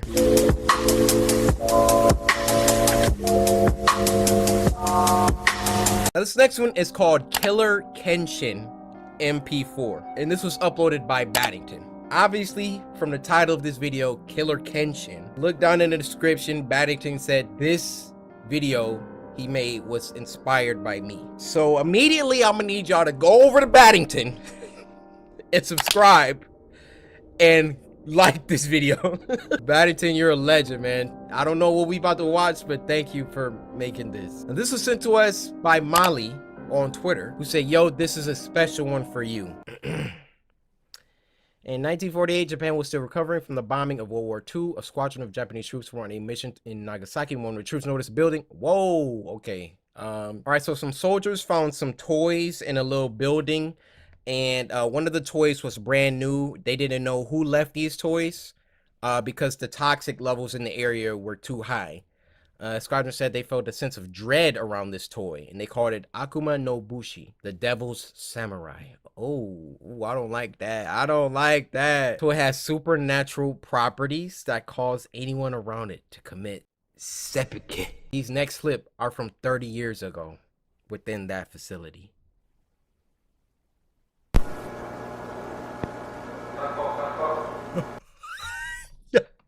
Yo, that's gotta be me. That's gotta be me.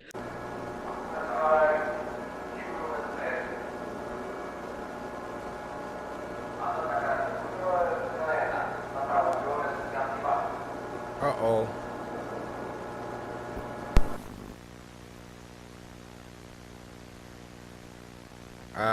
Testo. So it's a test.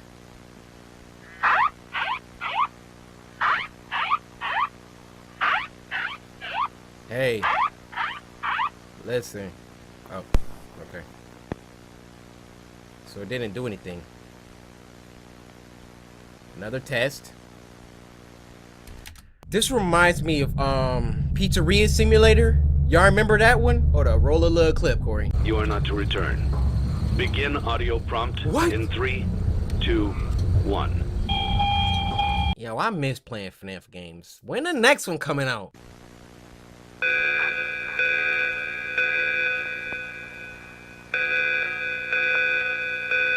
Alright, nah. Bro, these sounds.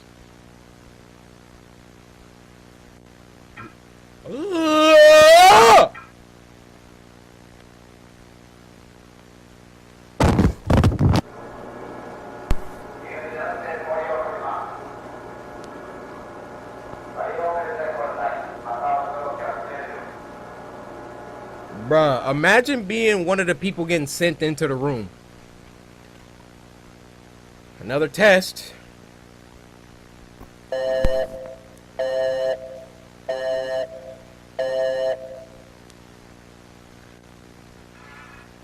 Bruh, leave this thing alone. What did that headband say? It says killer. That says Kira. For years of research, it was discovered the toy would whisper a message that would cause any human who heard it to commit harakiri. Speculation stated the phrase could have been Samurai Slice. Yo, Samurai Slice. What if you just grabbed the nearest object? What's happening? What's happening? Ah! No, but Samurai Slice that like that, you know what I'm saying?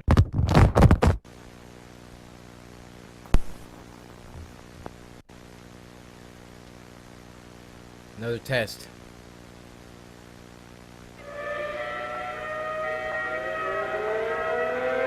I don't like that.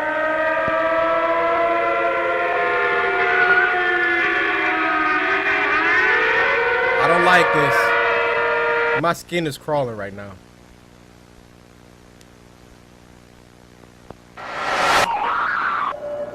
Whoa! Whoa! Oh! Oh, bruh. That is nasty looking. I see you, Corey. What the freak? What is this? Yo, what the freak? Oh.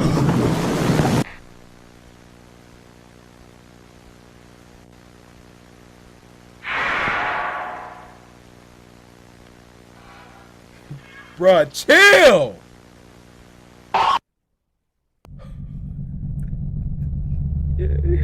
Yo, that was so fire, man. He even put the little annotation in there because he knew. If y'all don't subscribe to this man Baddington right now, he's at 51.5K. Can we get him to 60K, please? Dude made a whole animation for this.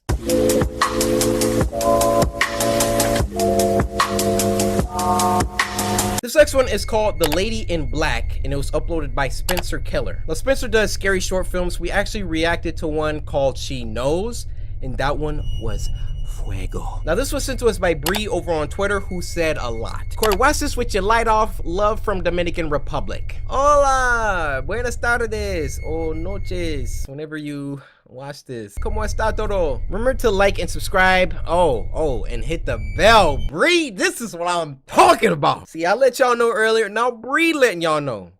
Be sure to subscribe. Huh?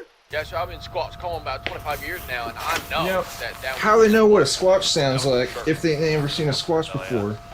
Probably because Squatches don't exist. It's just a guy in a monkey suit, if you ask me. You gonna be there tonight? I don't know. We'll see. You know, actually, have you go and pick me up at Mike's Hard. If not, come to that gay bar first. Shut up. You'd like that, wouldn't you? Hey, I'm just kidding, man. We'll see you soon, right? See you. Alright.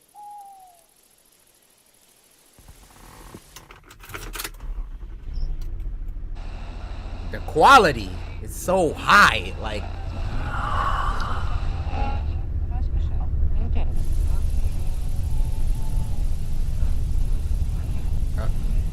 What?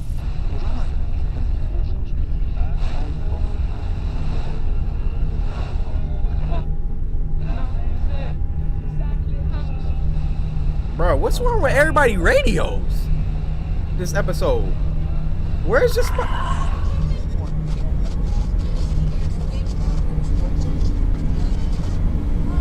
my gosh. Bruh.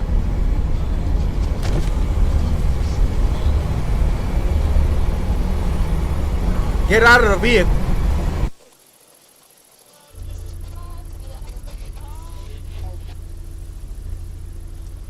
He is looking around hard.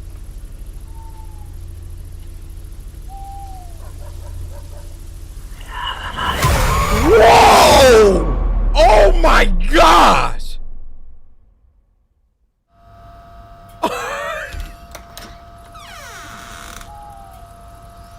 I gotta sneeze. Did you forget something? Thank you.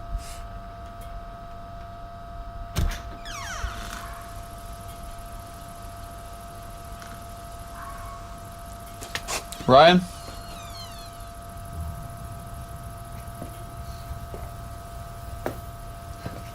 Okay, man.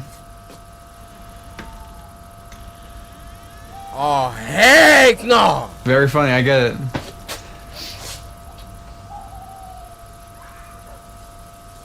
Bruh. No. Nope! Nope! I'm by myself. I see a door crack open. Y'all know what I'm reaching for. I don't know where my shotgun at, but I got my katana. You don't want to mess with this steel, baby. I cut your butthole in half. How you pooping double?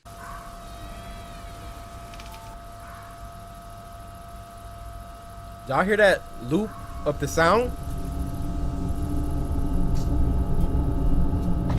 Okay. Okay, that's it. Bruh! Bro. No. My eyes about to start watering. This shot is so good. Okay, I get it. Bruh, do something! That's enough, Ryan.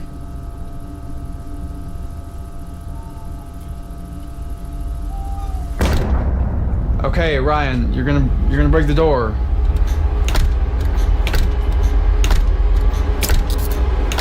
Bruh, now's not the time to be still standing there.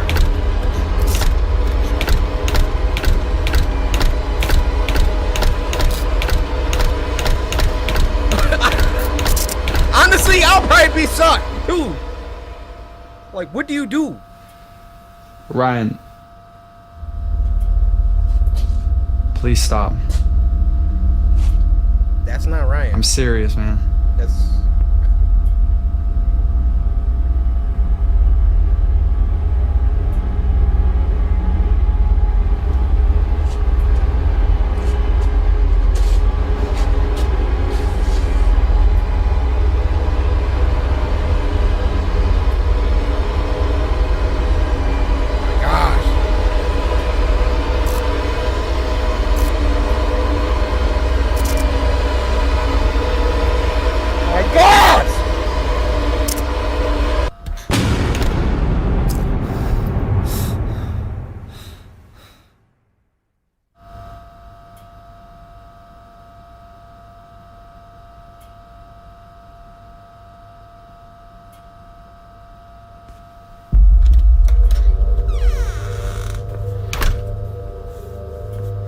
Hey! What was that? Will you explain that, please? I'm serious, man.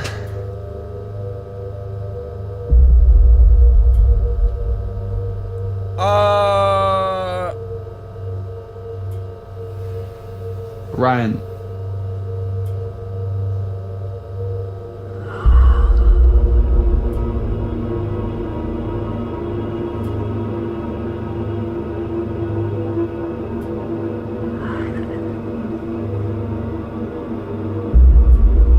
Bro, you had that the whole time? Oh my. I would have grabbed that off top.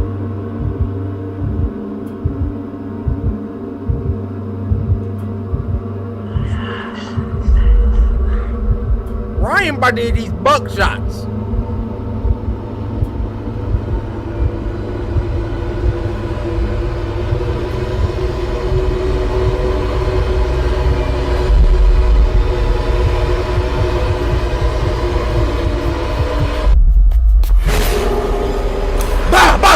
I'm busting.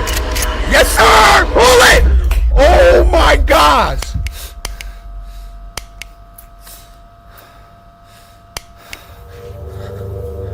Oh, you in the genjutsu now.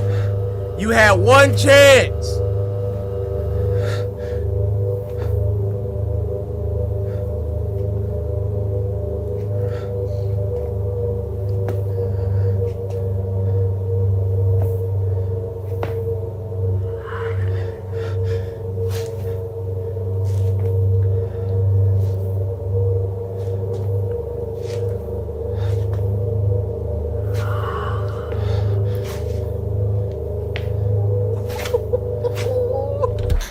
Huh? Bro, I see something! What is that?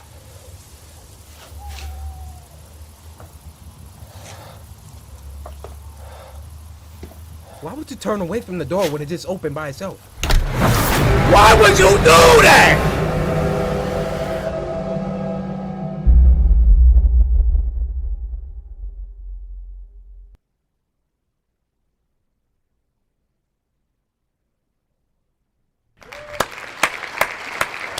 This is a 10 week. This is a 10 week. When I tell y'all to bring me scary stuff, this is what I'm talking about. Whoa. The quality. The suspense. The tension. The build. The climax. Magnificent. Magnifico. If y'all don't go to subscribe, I know I'm telling y'all to subscribe to everybody. Me, Baddington, Spencer Keller. Can we get him to 50K, please? Dude is an underground legend in this horror short film world.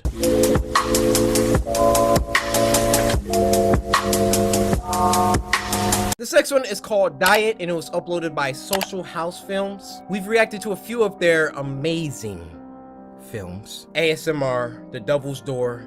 Go peep those if you haven't seen. They are some really talented people. This was sent to us by Aiden, who said, "This is from me and my brother. My name is Aiden, and my brother's name is Jalen." All right, Aiden and Jalen. Well, thank you for being tuned in. It's kind of cool that your names rhyme. My gosh.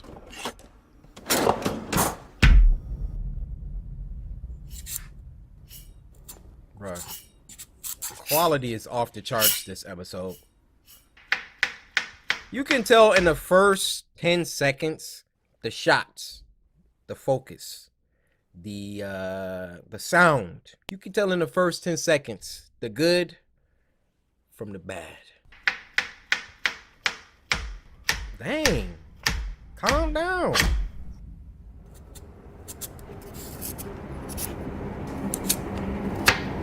Bruh. It's too early for this kind of tension. He just cutting carrots. Samurai slice?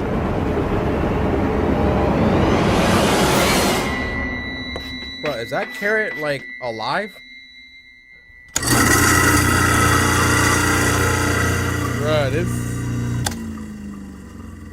Please don't reach down there.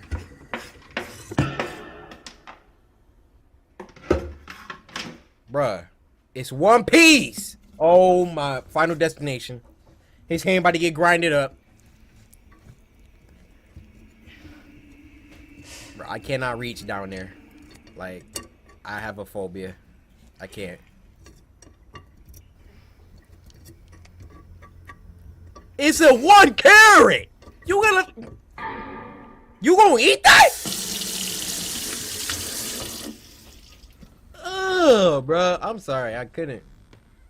Old spaghetti and stuff down there. Oh! Woo! Yo! Bro, this dude about to get Ebola. If I could jump in time, I could buy some hay.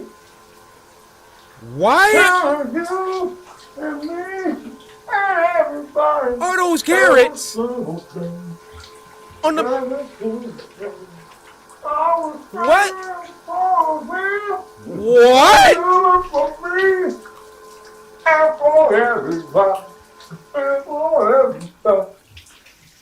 Whose man's is this?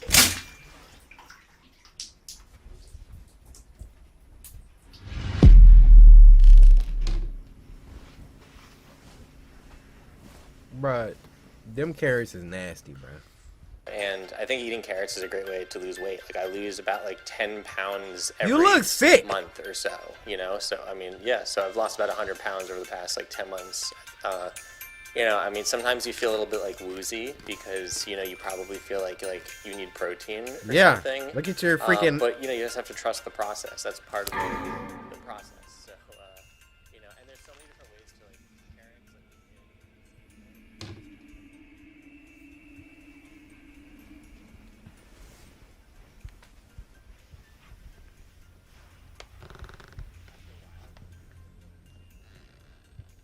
It's probably the carrot man.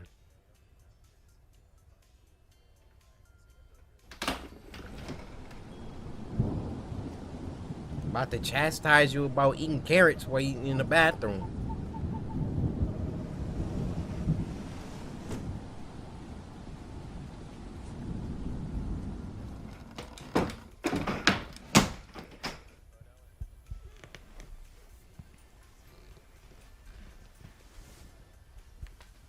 Bed look comfy though.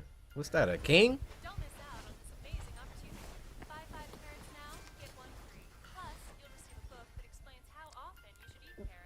Oh my gosh, she about to choke.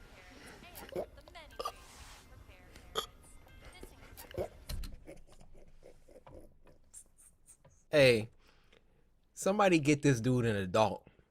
He needs parental supervision. He up out of there. He's up out of there, bro.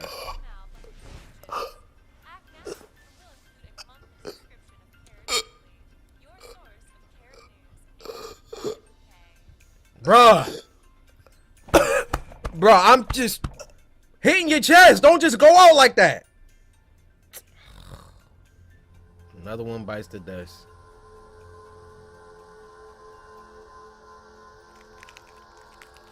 Huh?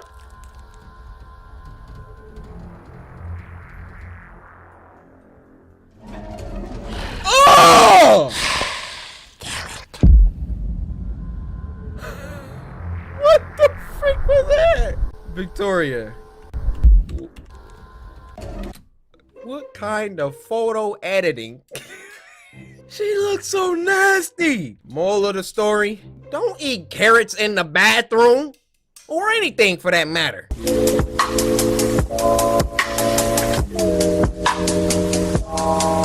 And the last one for this week is called A True Paranormal Activity Horror Story. It was uploaded by Horror Shorts Party, one of my favorite animators. This was sent to us by Hey Chan's Apples, I think that's how you say it. And it said we watched it at night and it was disturbing. So, let's jump straight in, shall we? So, Australian, bruh. Like, I think I was born in Australia and I just didn't even know. Don't you think so? Outback. This is the most terrifying thing that has ever happened to me. I want to share my story with the world. All right. Now that I have closure. Oh. It all started. It is my favorite voice actor, Terrence Nicholson. Yo, this dude is fire, man. If you know, you know. That's all I gotta say. I immediately grabbed my cell phone to call the cops, but my hands were trembling so much that I actually wasn't capable of dialing anything. Trevor, I am not loving it! A couple years ago when I was living with my girlfriend, who we'll call Sarah for the sake of the story. I remember we were both in the living room watching a movie. We usually did movie nights on Fridays, and it was my turn to select which movie we get to watch. I was personally a horror fanatic, so I chose a horror film. Good pick. It was pretty late in the night when this occurred, so it really made the movie that much more intense. Sarah wasn't really into the horror genre, so you can imagine the kind of reaction she had throughout the movie. Midway into the movie, Sarah asked if I could walk her to the bedroom. I reply by saying, sure, after the movie's done. You know I don't like horror. Please just walk me to the bedroom. I'm scared, Trevor. We can leave when the movie's done. I sat through your whole movie last week, so it's only fair that you finish mine. Please don't do this to me. I'm really scared, Trevor. Quit being a... Hey, you don't want to focus on the movie? There's other stuff for you to focus on, baby. Don't do this to me. I'm really scared, Trevor. Quit being a chicken. I'm not leaving the couch till this movie's done. Dang, he kind of... I hate you! Dang! Sarah angrily gets up and heads to the bedroom on her own while I... When your mom tell you you can't get that new Coryxkenshin merch? I hate you! When McDonald's shake machine broke? I hate you! Sarah angrily gets up and heads to the bedroom on her own while I continue watching the movie and mentally prepare myself for the argument that awaited me. About 10 minutes later, my throat begins to itch, so I decide to get a bottle of water in the kitchen. As I stood up from the couch, I get startled as I see Sarah standing in the darkness of the hallway. Sarah, you scared me. I thought you were in bed sleeping. Sarah just stands there with her eyes wide open, gazing into my eyes with her emotionless expression, almost like she was looking into the depths of my soul. I assume she was still upset about earlier, so I said, I'll be waiting in bed, as I casually walk past her. As I open the bedroom door, I see Sarah laying in bed asleep. Whoa! My mind raced with mixed emotions of confusion and absolute horror. I could have sworn I just saw her. I decide to peek outside the hallway, only to see nothing. This can't be real. I could have sworn I just saw her. You did. I must be hallucinating. I just need to stop watching scary movies this late at night. I disregard what had just occurred and crawled into bed with Sarah. Make sure that's the real one. At 3 a.m. in the morning, I wake up to a loud sound which sounded like glass being shattered. I noticed Sarah was no longer in bed with me, which I found quite bizarre as it was very uncharacteristic for her to be awake at this time of night. I could hear weird noises coming from the washroom outside the bedroom. I cautiously get up and began to approach the washroom. I could hear Sarah in there. It sounded like she was talking to someone, or something. A voodoo chant. I opened the door, only to discover the most terrifying thing I had ever laid eyes on. I can see Sarah standing in the bathtub covered in blood. She had smashed the mirror and used the broken shards to lacerate her body entirely. She then began yelling the words, I hate you! I hate you! I hate you! Her voice was demonic. I was thoroughly convinced that this was not my girlfriend and that she had been possessed by some sort of evil entity. Yeah. I stood there quivering, not being able to move a muscle out of shell shock. Sarah then pulls the shower curtain, unveiling a message on the wall which spelled, I hate you. I get it. Written in blood. I heard you. My legs go completely numb as I collapse to the floor. Sarah then picks up a... How many of y'all, when you get scared, literally fold yourself like an omelet? Sarah? Sarah, oh my gosh, what's happening? Sarah then picks up a large piece of the broken mirror and yells one last time in her demonic voice, I hate you! She then pierces the shard across my chest repeatedly, stabbing and stabbing and stabbing. Oh my gosh! I remember seeing a bright white light as my life flashed before me. That's when I open my eyes and wake up to a movie playing in the living room. This isn't the horror movie I played earlier. It must have been a movie Sarah put on. I checked the time and it was exactly 3 a.m.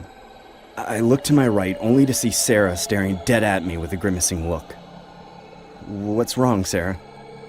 This is the third time you fell asleep to the movie that I picked on movie night. I hate you. Don't say that. Don't say that. Don't say it.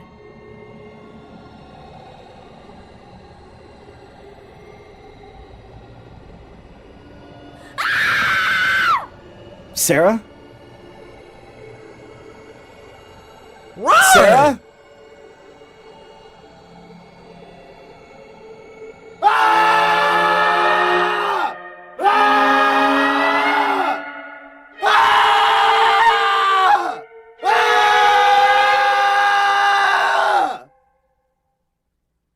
Do y'all see why this man is my favorite voice actor? This next one's called Teeth, and it was uploaded by the homies over at Alter. Shout out Levi, what's good? This was sent to us by Devin or Devon, depending on your race. I know that if you're the darker you are, it's Devon, you know. Thanks for sending this video, Devon. Here's a Nutri-Grain bar. Take it. Freaking shoving it. Hey, Alter. This animation style is so weird, and I love it. Teeth.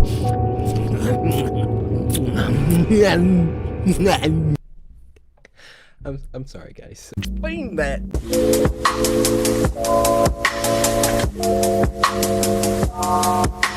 This next one's called Creepy Man Tried to Kidnap Me in the Bathroom. It was uploaded by Wansi Entertainment. Now this was sent to us by Real Baby Dry Pay.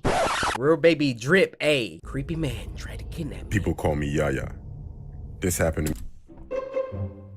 Nani? I feel some type of way about this short little petite white girl, and the first thing out of her mouth is, people call me Yaya. Let me tell you why. When I was a young girl, maybe 7 or 8.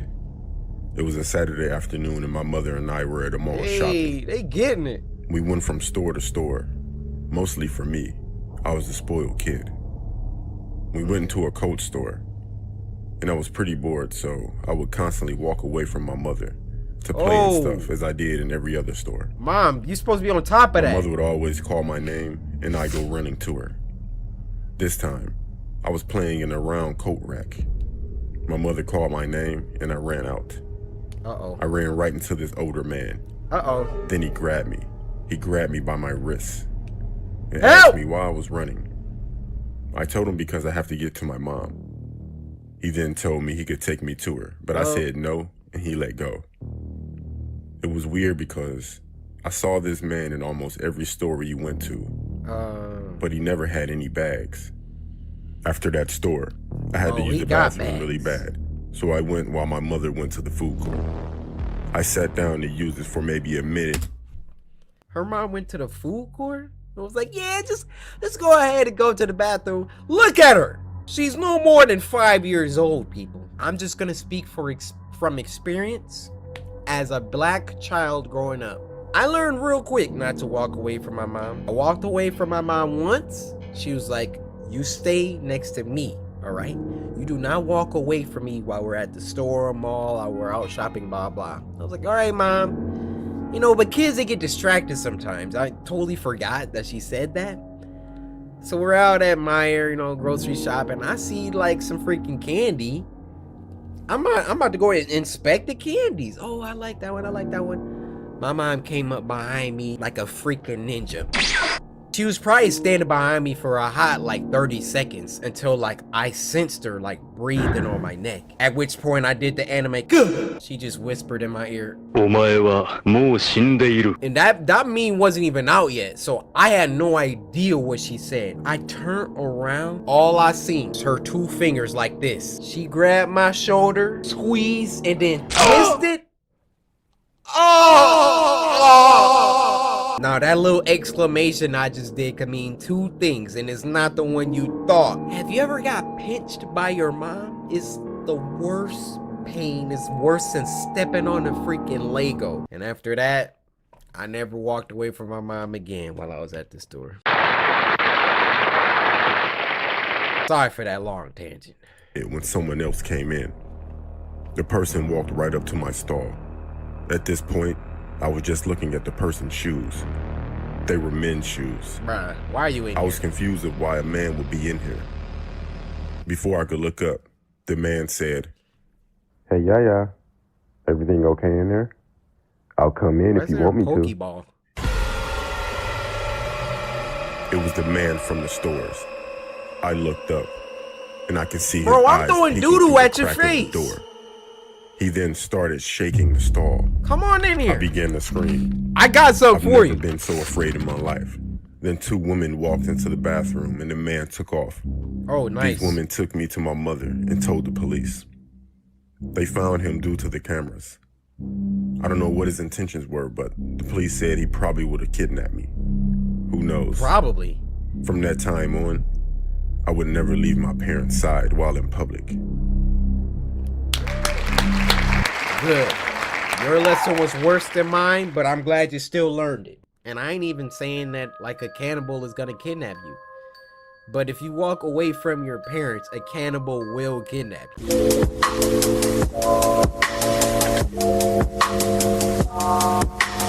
Now the first video comes from Ate herself, Sapphire. Hey Ate, how's it going? Now this one is called I'm a 911 operator. And since Ate Sapphire herself sent it to me, we know this one's gotta be good. Hey Ottings, it's your Ate Sapphire. Before we start today's episode, I want to tell you about one of our sponsors this week. Hey, I'm Sapphire. Want to hear something scary? It's been I'm a 911 operator. Oh. The following story comes from the No Sleep subreddit, written by username Higgs Thunder. All right, Higgs, let's see what you got. 911, what is your emergency? Yeah, hi. This is gonna sound kind of strange, but... There's a man stumbling around in circles in my front yard. Could you repeat that, sir? He looks sick or lost or drunk or something. I just woke up to get a glass of water and heard snow crunching around underneath my front window, so I peeked out.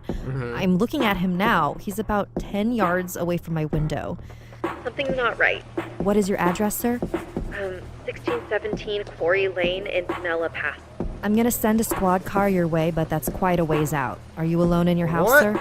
Yes, I'm alone. Can you confirm that all of your doors and windows are locked? Stay on the phone with me. I know that my front is definitely locked, but I'll go check my back door again really quick. I appreciate your help, by the way. I know this is kind of strange, but I really hope that... Sir, are you still there? He did. He's still in the yard. But what the hell? He's upside down. Sir, stay on with me. What is happening? He's staring right at me, but he's standing on his hands now. Oh! He's perfectly still, staring straight at me. He's doing a handstand and he's smiling at me and not moving. He's doing a handstand, sir? I don't know how he's facing me and standing on his hands and he's got this huge smile and he's perfectly still. Moves, what the I'ma lose it. Please. Get someone out here now. Sir, I need you to remain calm. I've put out the call and an officer is on his way. His teeth are so huge. Oh my god, please help me. Sir, I want you to try and keep an eye on him, but make sure your back door is locked again. We need to make sure all possible access points are secured. Can you talk me through and confirm that your back door is locked? No, I cannot do that for you, sir. I am not taking my eyes off this thing. Never lose sight of the target, all right? Soon as you turn around, he gonna be 1 foot or 1 hand closer. Get it? Because he's walking on his hands, not his feet. I really do this. Okay, I'm walking backwards now, and I'm keeping him in my sight. My hand is on the back doorknob now. Okay, it's locked. I need to check the deadbolt, so I'm gonna take my eyes off him for a split second. No!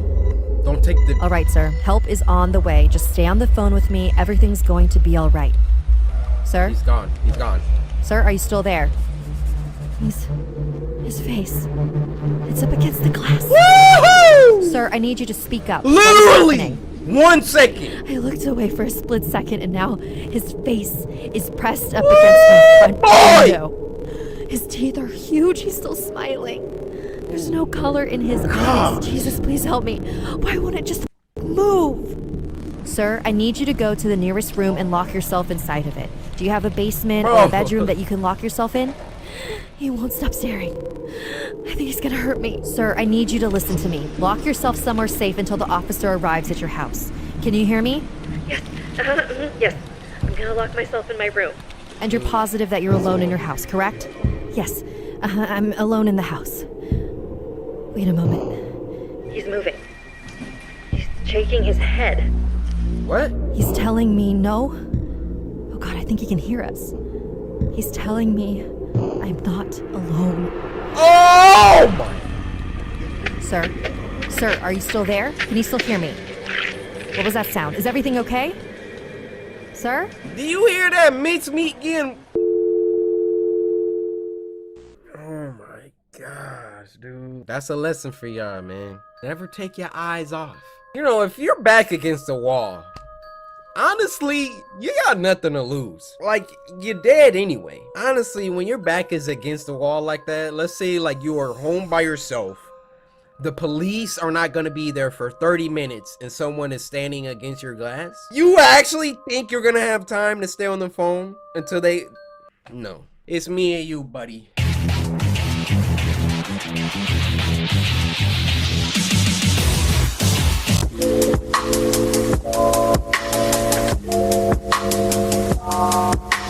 Now, I'm nerding out on this one because that's freaking me. This next one is called Coryxkenshin Animated Spooky Scary Sunday. This gotta be the coolest. This gotta be the biggest fourth wall break. This was uploaded by Fresh Geek and it was sent to us by Iron Wolf Network. This is the coolest, man.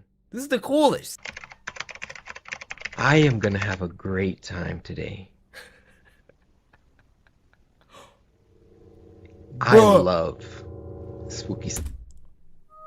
The accuracy. The accuracy. I love Spooky Scary Sunday. Do you?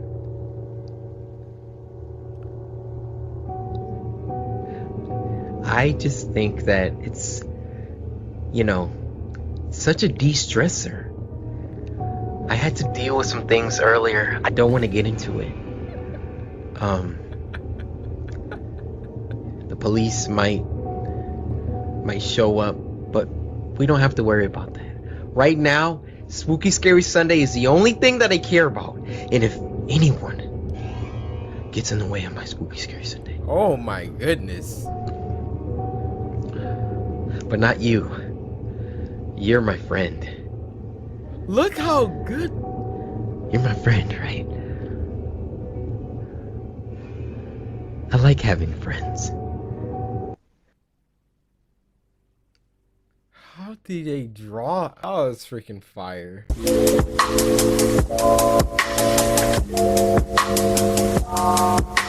Now this next one's called I Stayed at a Creepy Old Lady's House and Then Escaped. It was uploaded by Stephen D. Now this was sent to us by my sister, who is a avid Coryxkenshin fan. Not a big Cory fan though. But with that being said, she said it was perfect for our Triple S. In the late 1960s, my great-uncle John was traveling by train from his village to another to visit family. He had to change trains at one point. This guy narrating feels, I mean... In the late 1960s, my great-uncle John was traveling by train from his village to another to visit family. He had to change trains at one point and was dropped off at what amounted to a platform and a hut in the middle of nowhere. There was no one at the station, and other than a dirt road that led off into the surrounding woods, there was nothing there. He waited for some time, but no train came. It was winter and getting colder and darker, and just about the time he started worrying about a place to stay and some food to eat, an old woman appeared out of the twilight. She asked if he was waiting for a train, and when he said he was, she said it wouldn't be along until the following day. She asked if he needed a bed for the night and offered him a meal and a room at her house. He was glad to accept her offer and stay out of the cold. He took his suitcase and they set off together down the dark road into the forest. Why are you walking out here, Grandma? It was more than an hour away, and by the time they arrived at the woman's small two-story house, John was tired and hungry. They went inside and the woman lit some oil lamps and warmed some borscht for them. John finished his soup and asked where he would be sleeping.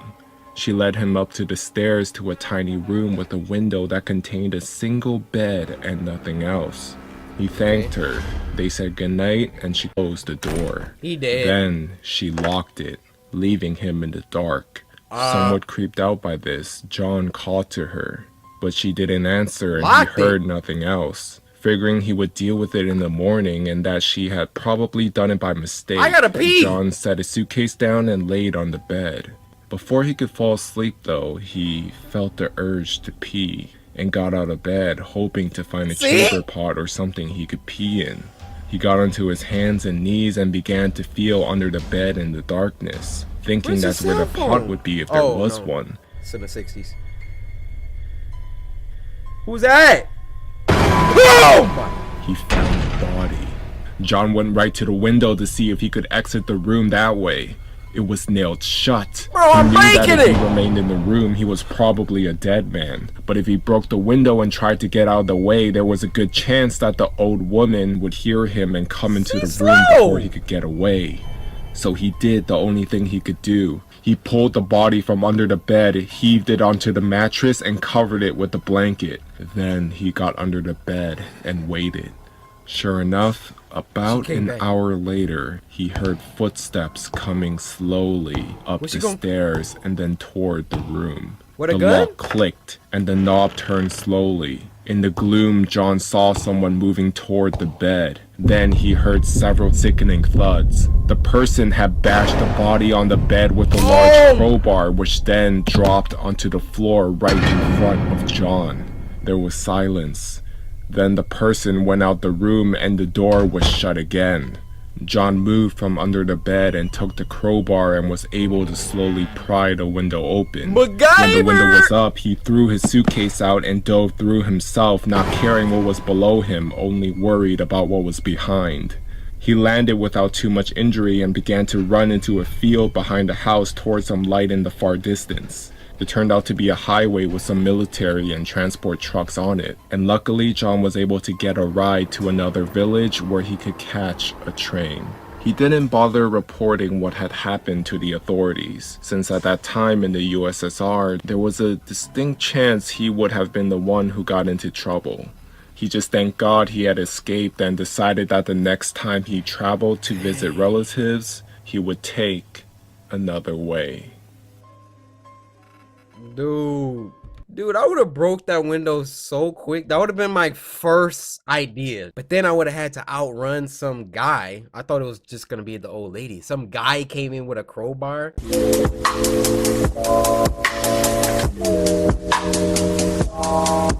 Now this next one is called Burners, and it was uploaded by Pilot Red Sun. Now this was sent to us by Infinite Taco Kenshin, who said, your afro will be gone after watching this. Huh? Nightmare fuel. Nightmare fuel.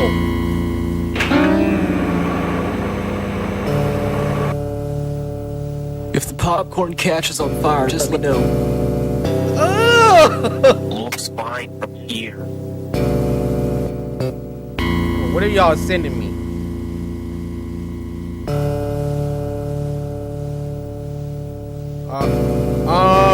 It's on fire.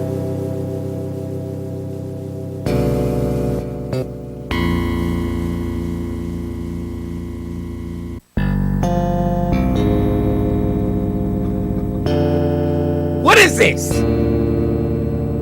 What is this?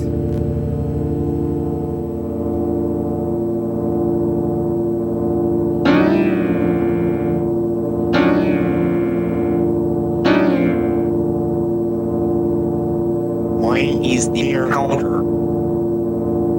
It's a chronic buildup of my favorite iron dust.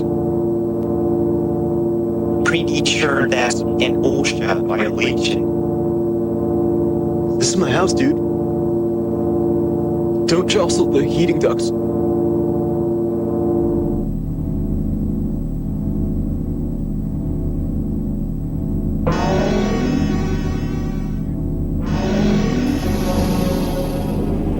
Oh!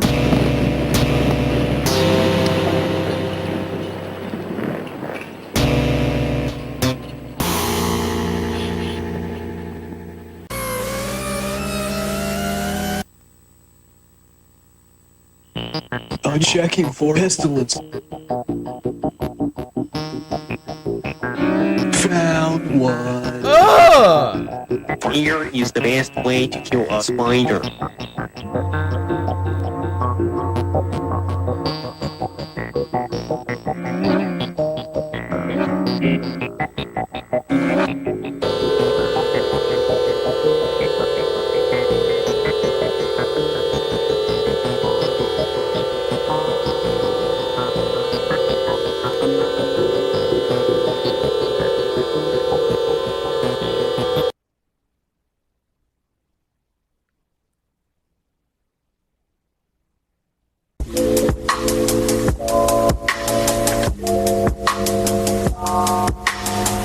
last one for this week is called Fear Filter, and it was uploaded by Tracy Kleeman. Now this was sent to us by Tommy the Hooded Barney on IG, with your long freaking Twitter name. Tommy, I want to say thank you, but I also got a question to ask. Is your last name Pickles?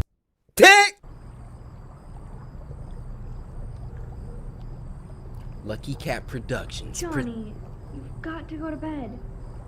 There's nothing to be afraid of. I promise. If you get scared, I will be right outside until your parents get home, okay? Bet. I'm scared now, Hi. so. Fear Filter. See, all y'all messing around on Snapchat, this for you.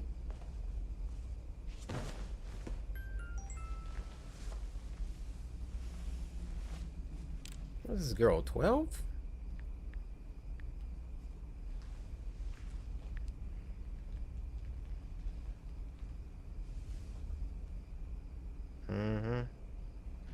Fast.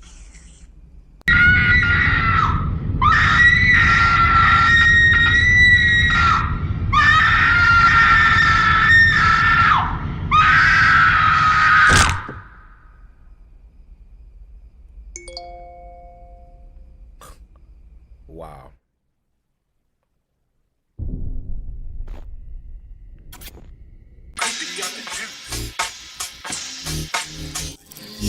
Cause my name is Coryxkenshin.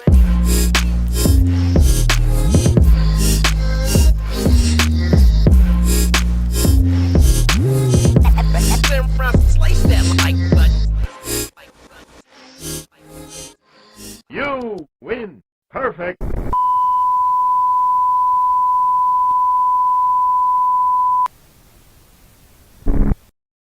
Squad, what's good? Haven't seen y'all since my birthday. I know I had some of y'all spooked on another 9 months.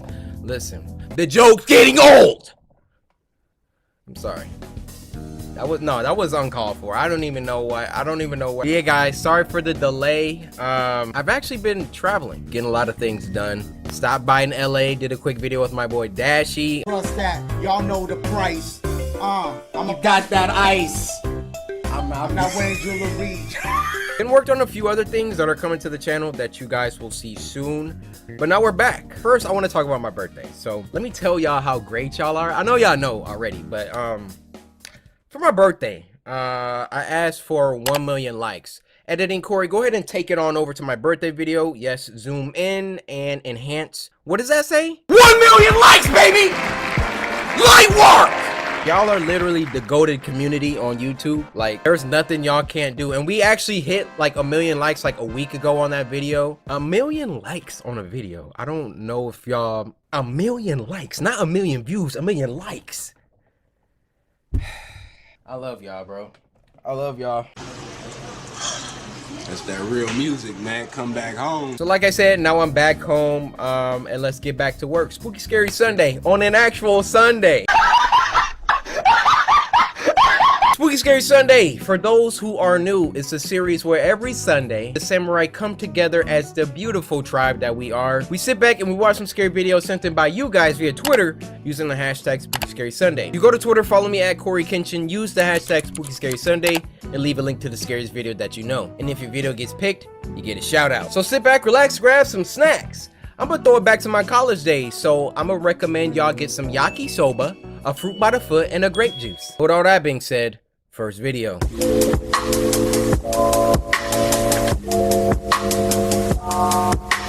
Now the first video of this week is called The Last Pringle, and it was uploaded by Meat Canyon. Now this was sent to us by Inobe, sorry if I didn't say that right, and she said, "Hey Corey, I've been subscribed to you for a little over a year now and quite glad I did. I just saw this new Meat Canyon and I think the end is just the most creepy to me." Well Inobe, I just got one question.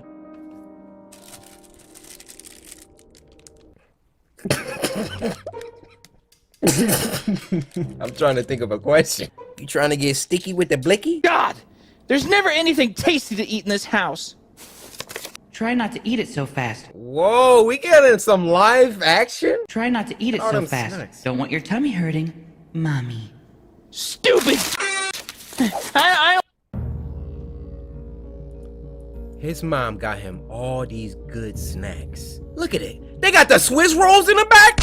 honey buns! And don't even get me started with the sour cream and onion Pringles.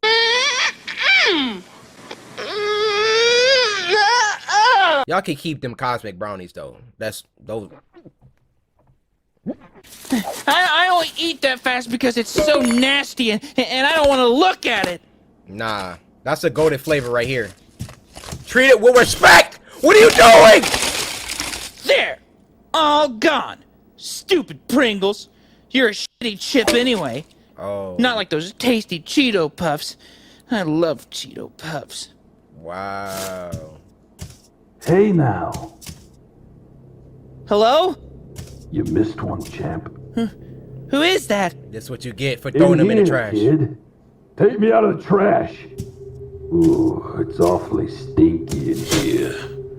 It's about to get crazy.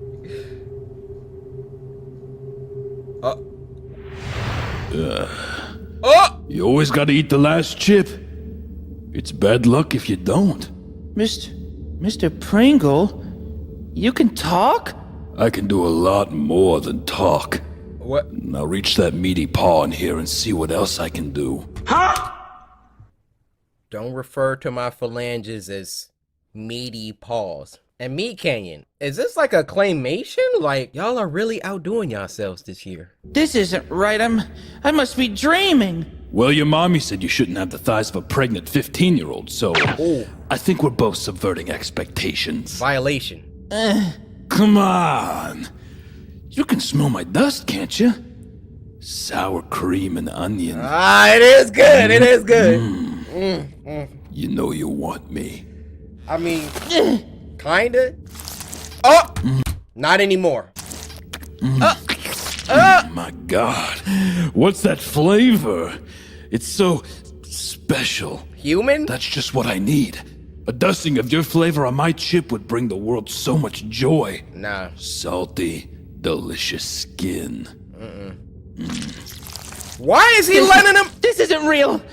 I'm having a bad dream. You can taste me if you want. No, my dust tastes so good. I'm just gonna get another snack. Maybe some Twinkies or... Huh? Wait, what? Oh! What? No! No! What the freak? No! Ash to ash. Dust to dust. What?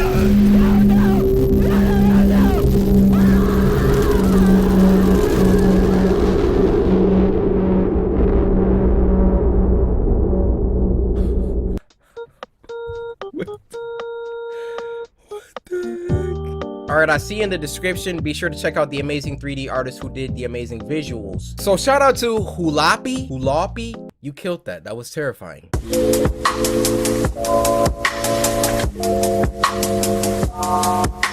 Now this next video is called Rat Boy, and it was uploaded by Jail Soy Sol. Now this was sent to us by Nigel over on Twitter, who said, "Yo Corey, you have to watch this. By the way, I've been watching you since 2015. Will forever love your vids." Nigel, loyalty.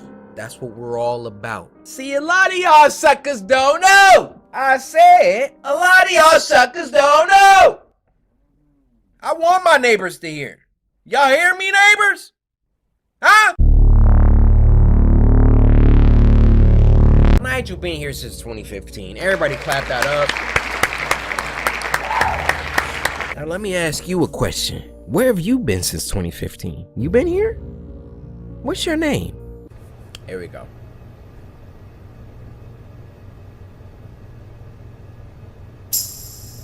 Hello, Rat.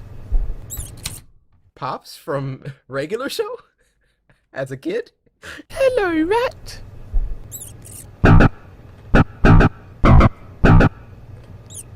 Oh, I thought it was gonna keep going. We're going to play together. Oh, what? Naughty rats get punished. Oh! Oh no. You're one of those kids. Oh! Somebody. No. No. No. This is. You're going too far, kid. Look at a rat looking at the microwave like, no.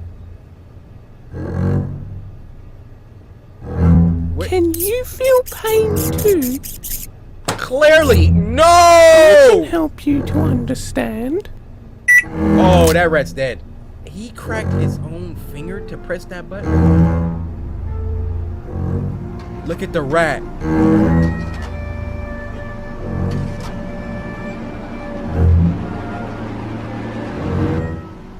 It is not your place to do this.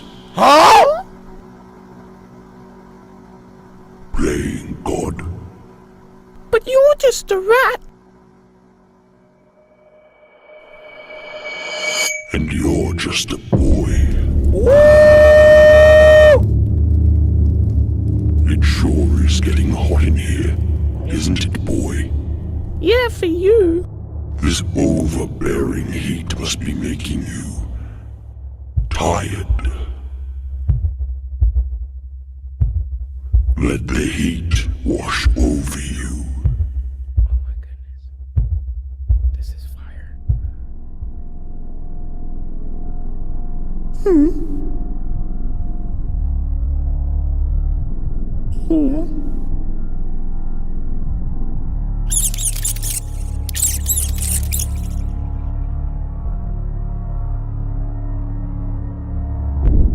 Ho ho ho ho.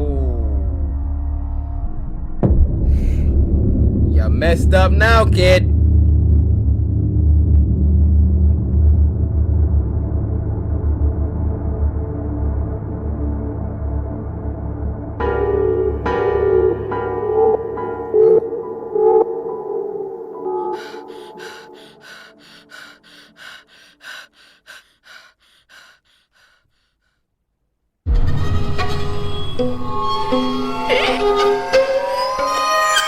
Turkey? What? What? Oh!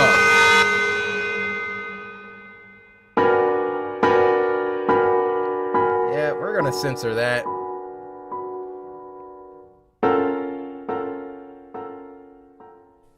You're forgetting something. My dad's tied up. No. Can't you smell something burning? Huh? This is wild. Where do you think you're going? Oh. Uh-oh.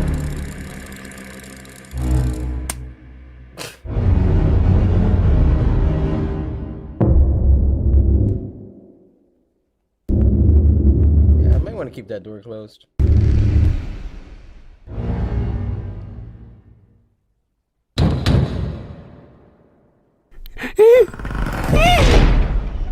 Oh.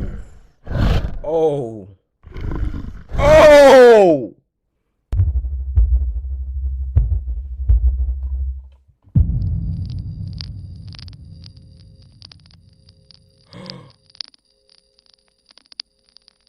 Is he in the microwave? Oh my gosh.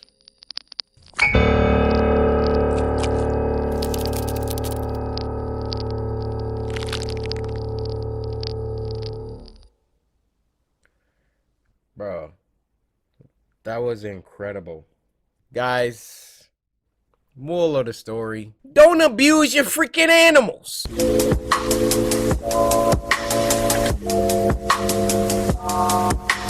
This next video is called Sound Response Check, and it was uploaded by one of the legends, Baddington. Now, this was sent to us by Doc over on Twitter, who said, "This video, man, absolutely insane. My interest is piqued. One of them analog horrors. Turn your volume up. Turn your volume up."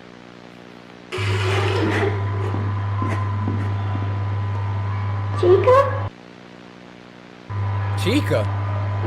Oh! It's time to go home, baby bird. Oh! Mommy?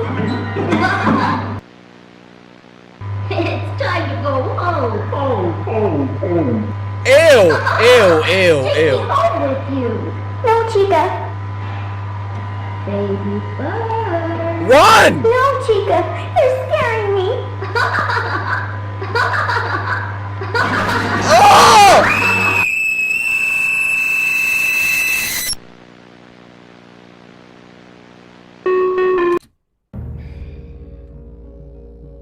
tell y'all one of my worst phobias. In the movie The Possession, there was this part where this little girl who was possessed, she kept repeating herself in the exact same tone, cadence, volume, everything, pitch, everything. Listening to someone say the exact same thing with zero differences, I don't know why that scares me so bad. Something's wrong? Like you just died in Mario Kart or something. Okay, my sensors have been replaced for both left and right ear. The newer ones can handle much higher frequencies, perfect for performing animatronics such as these. Wouldn't want one of them shutting down just because the music was too loud. Right? Can't imagine what could have been so loud to blow out the sensors. A scream, maybe? Anyways, I'll be back to upgrade the others. For now, just play the sound response manual and everything should be A-okay. He died. What happened? Sound response test. Please make sure that the left and right speakers are properly placed. If you're unsure, refer to the booklet. Audio will play in 3 seconds. Left ear, left ear. Why is she doing this though? If Chica is responding correctly, she should be looking left. She did not look the correct way. Chica? What? If Chica has not responded correctly, then please ensure there are no children present. Animatronics will react to the sound of children. Can we deconstruct these things now? Okay. Now it's looking the right way. Now it's looking the right way.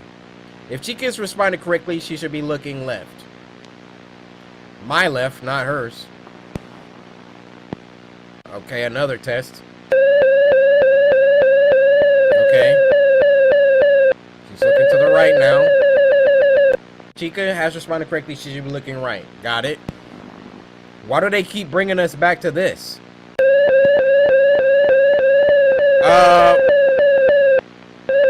What is she supposed to do?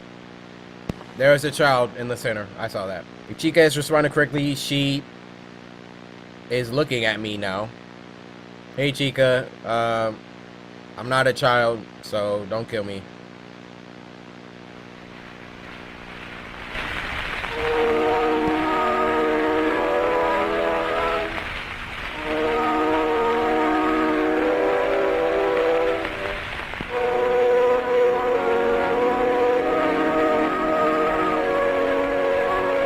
Oh. Okay.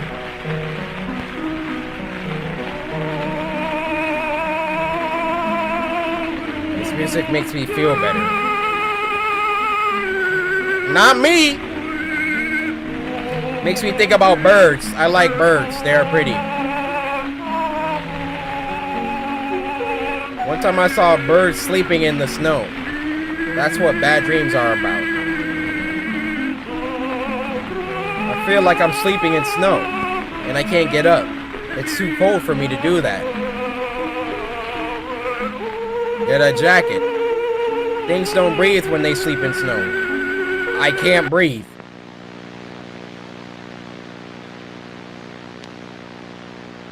Freak are you looking at, huh? Are you gonna do something or are you just gonna stare at me? Why your face move? You think I didn't see that? Why your face move?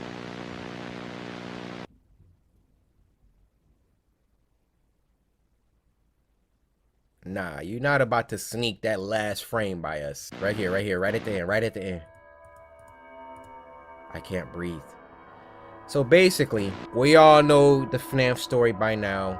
The kids got stuffed inside of the suits. Speaking of, that new Five Nights at Freddy's game, Security Breach, comes out next month. And then I remembered, I didn't even beat Five Nights at Freddy's Help Wanted. 10 likes on this video. Five Nights at Freddy's Help Wanted. Let's go.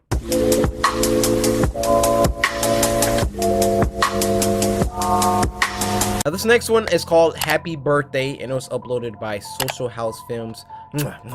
We already know it's about to be fire. Now this was sent to us by Sun, who said this one gave me chills. So hope y'all brought a jacket.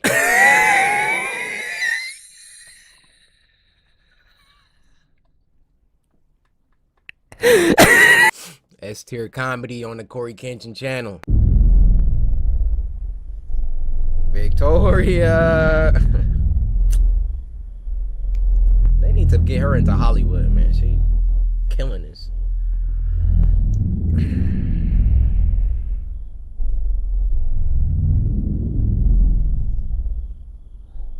Oh, she getting old. Hey, we all getting old. Oh, them lines coming in harsh though. Jeez, smoke cigarettes?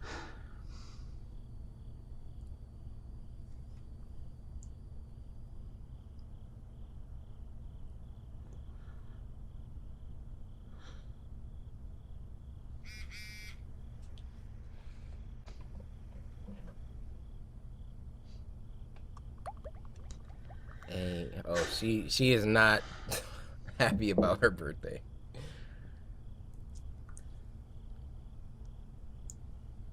Drink more water, you know, get some moisturizer.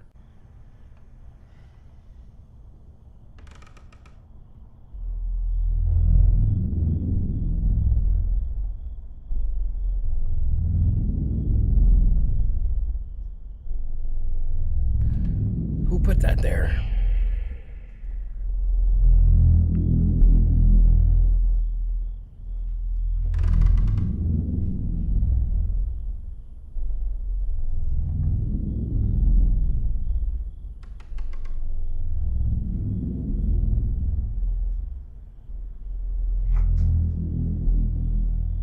Let's see.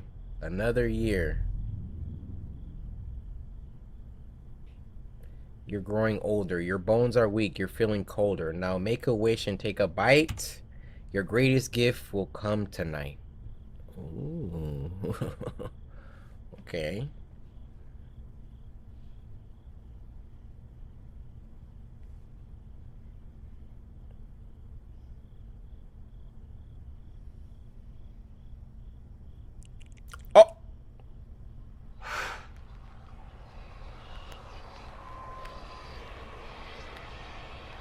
Almost barfed. What did you wish for? Oh, to be young, probably. Or look young.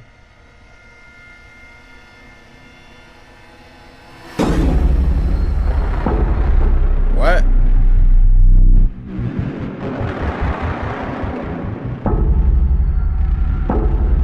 Wait, what?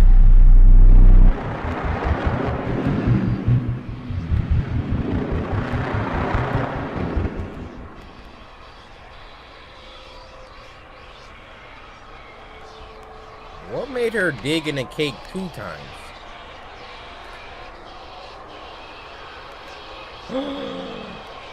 She's looking younger.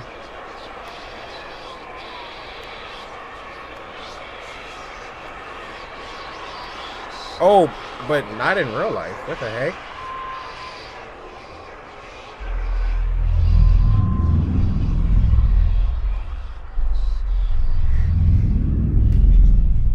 Victoria, slow down on the cake. Victoria, I get it. The icing is delicious, but you're gonna turn into a baby at this rate.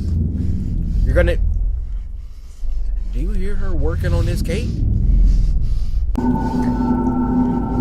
Oh, she went the other way. I thought she was.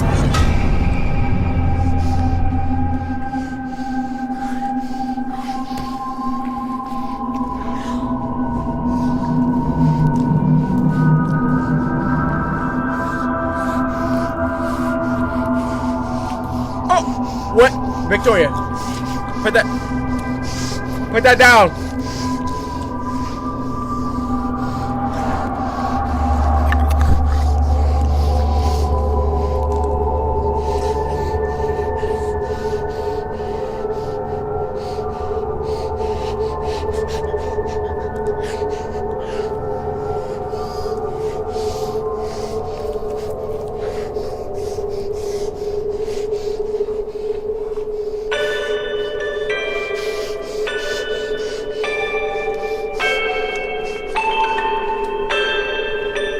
you really thought she ate on this one. Girl, give me that plate!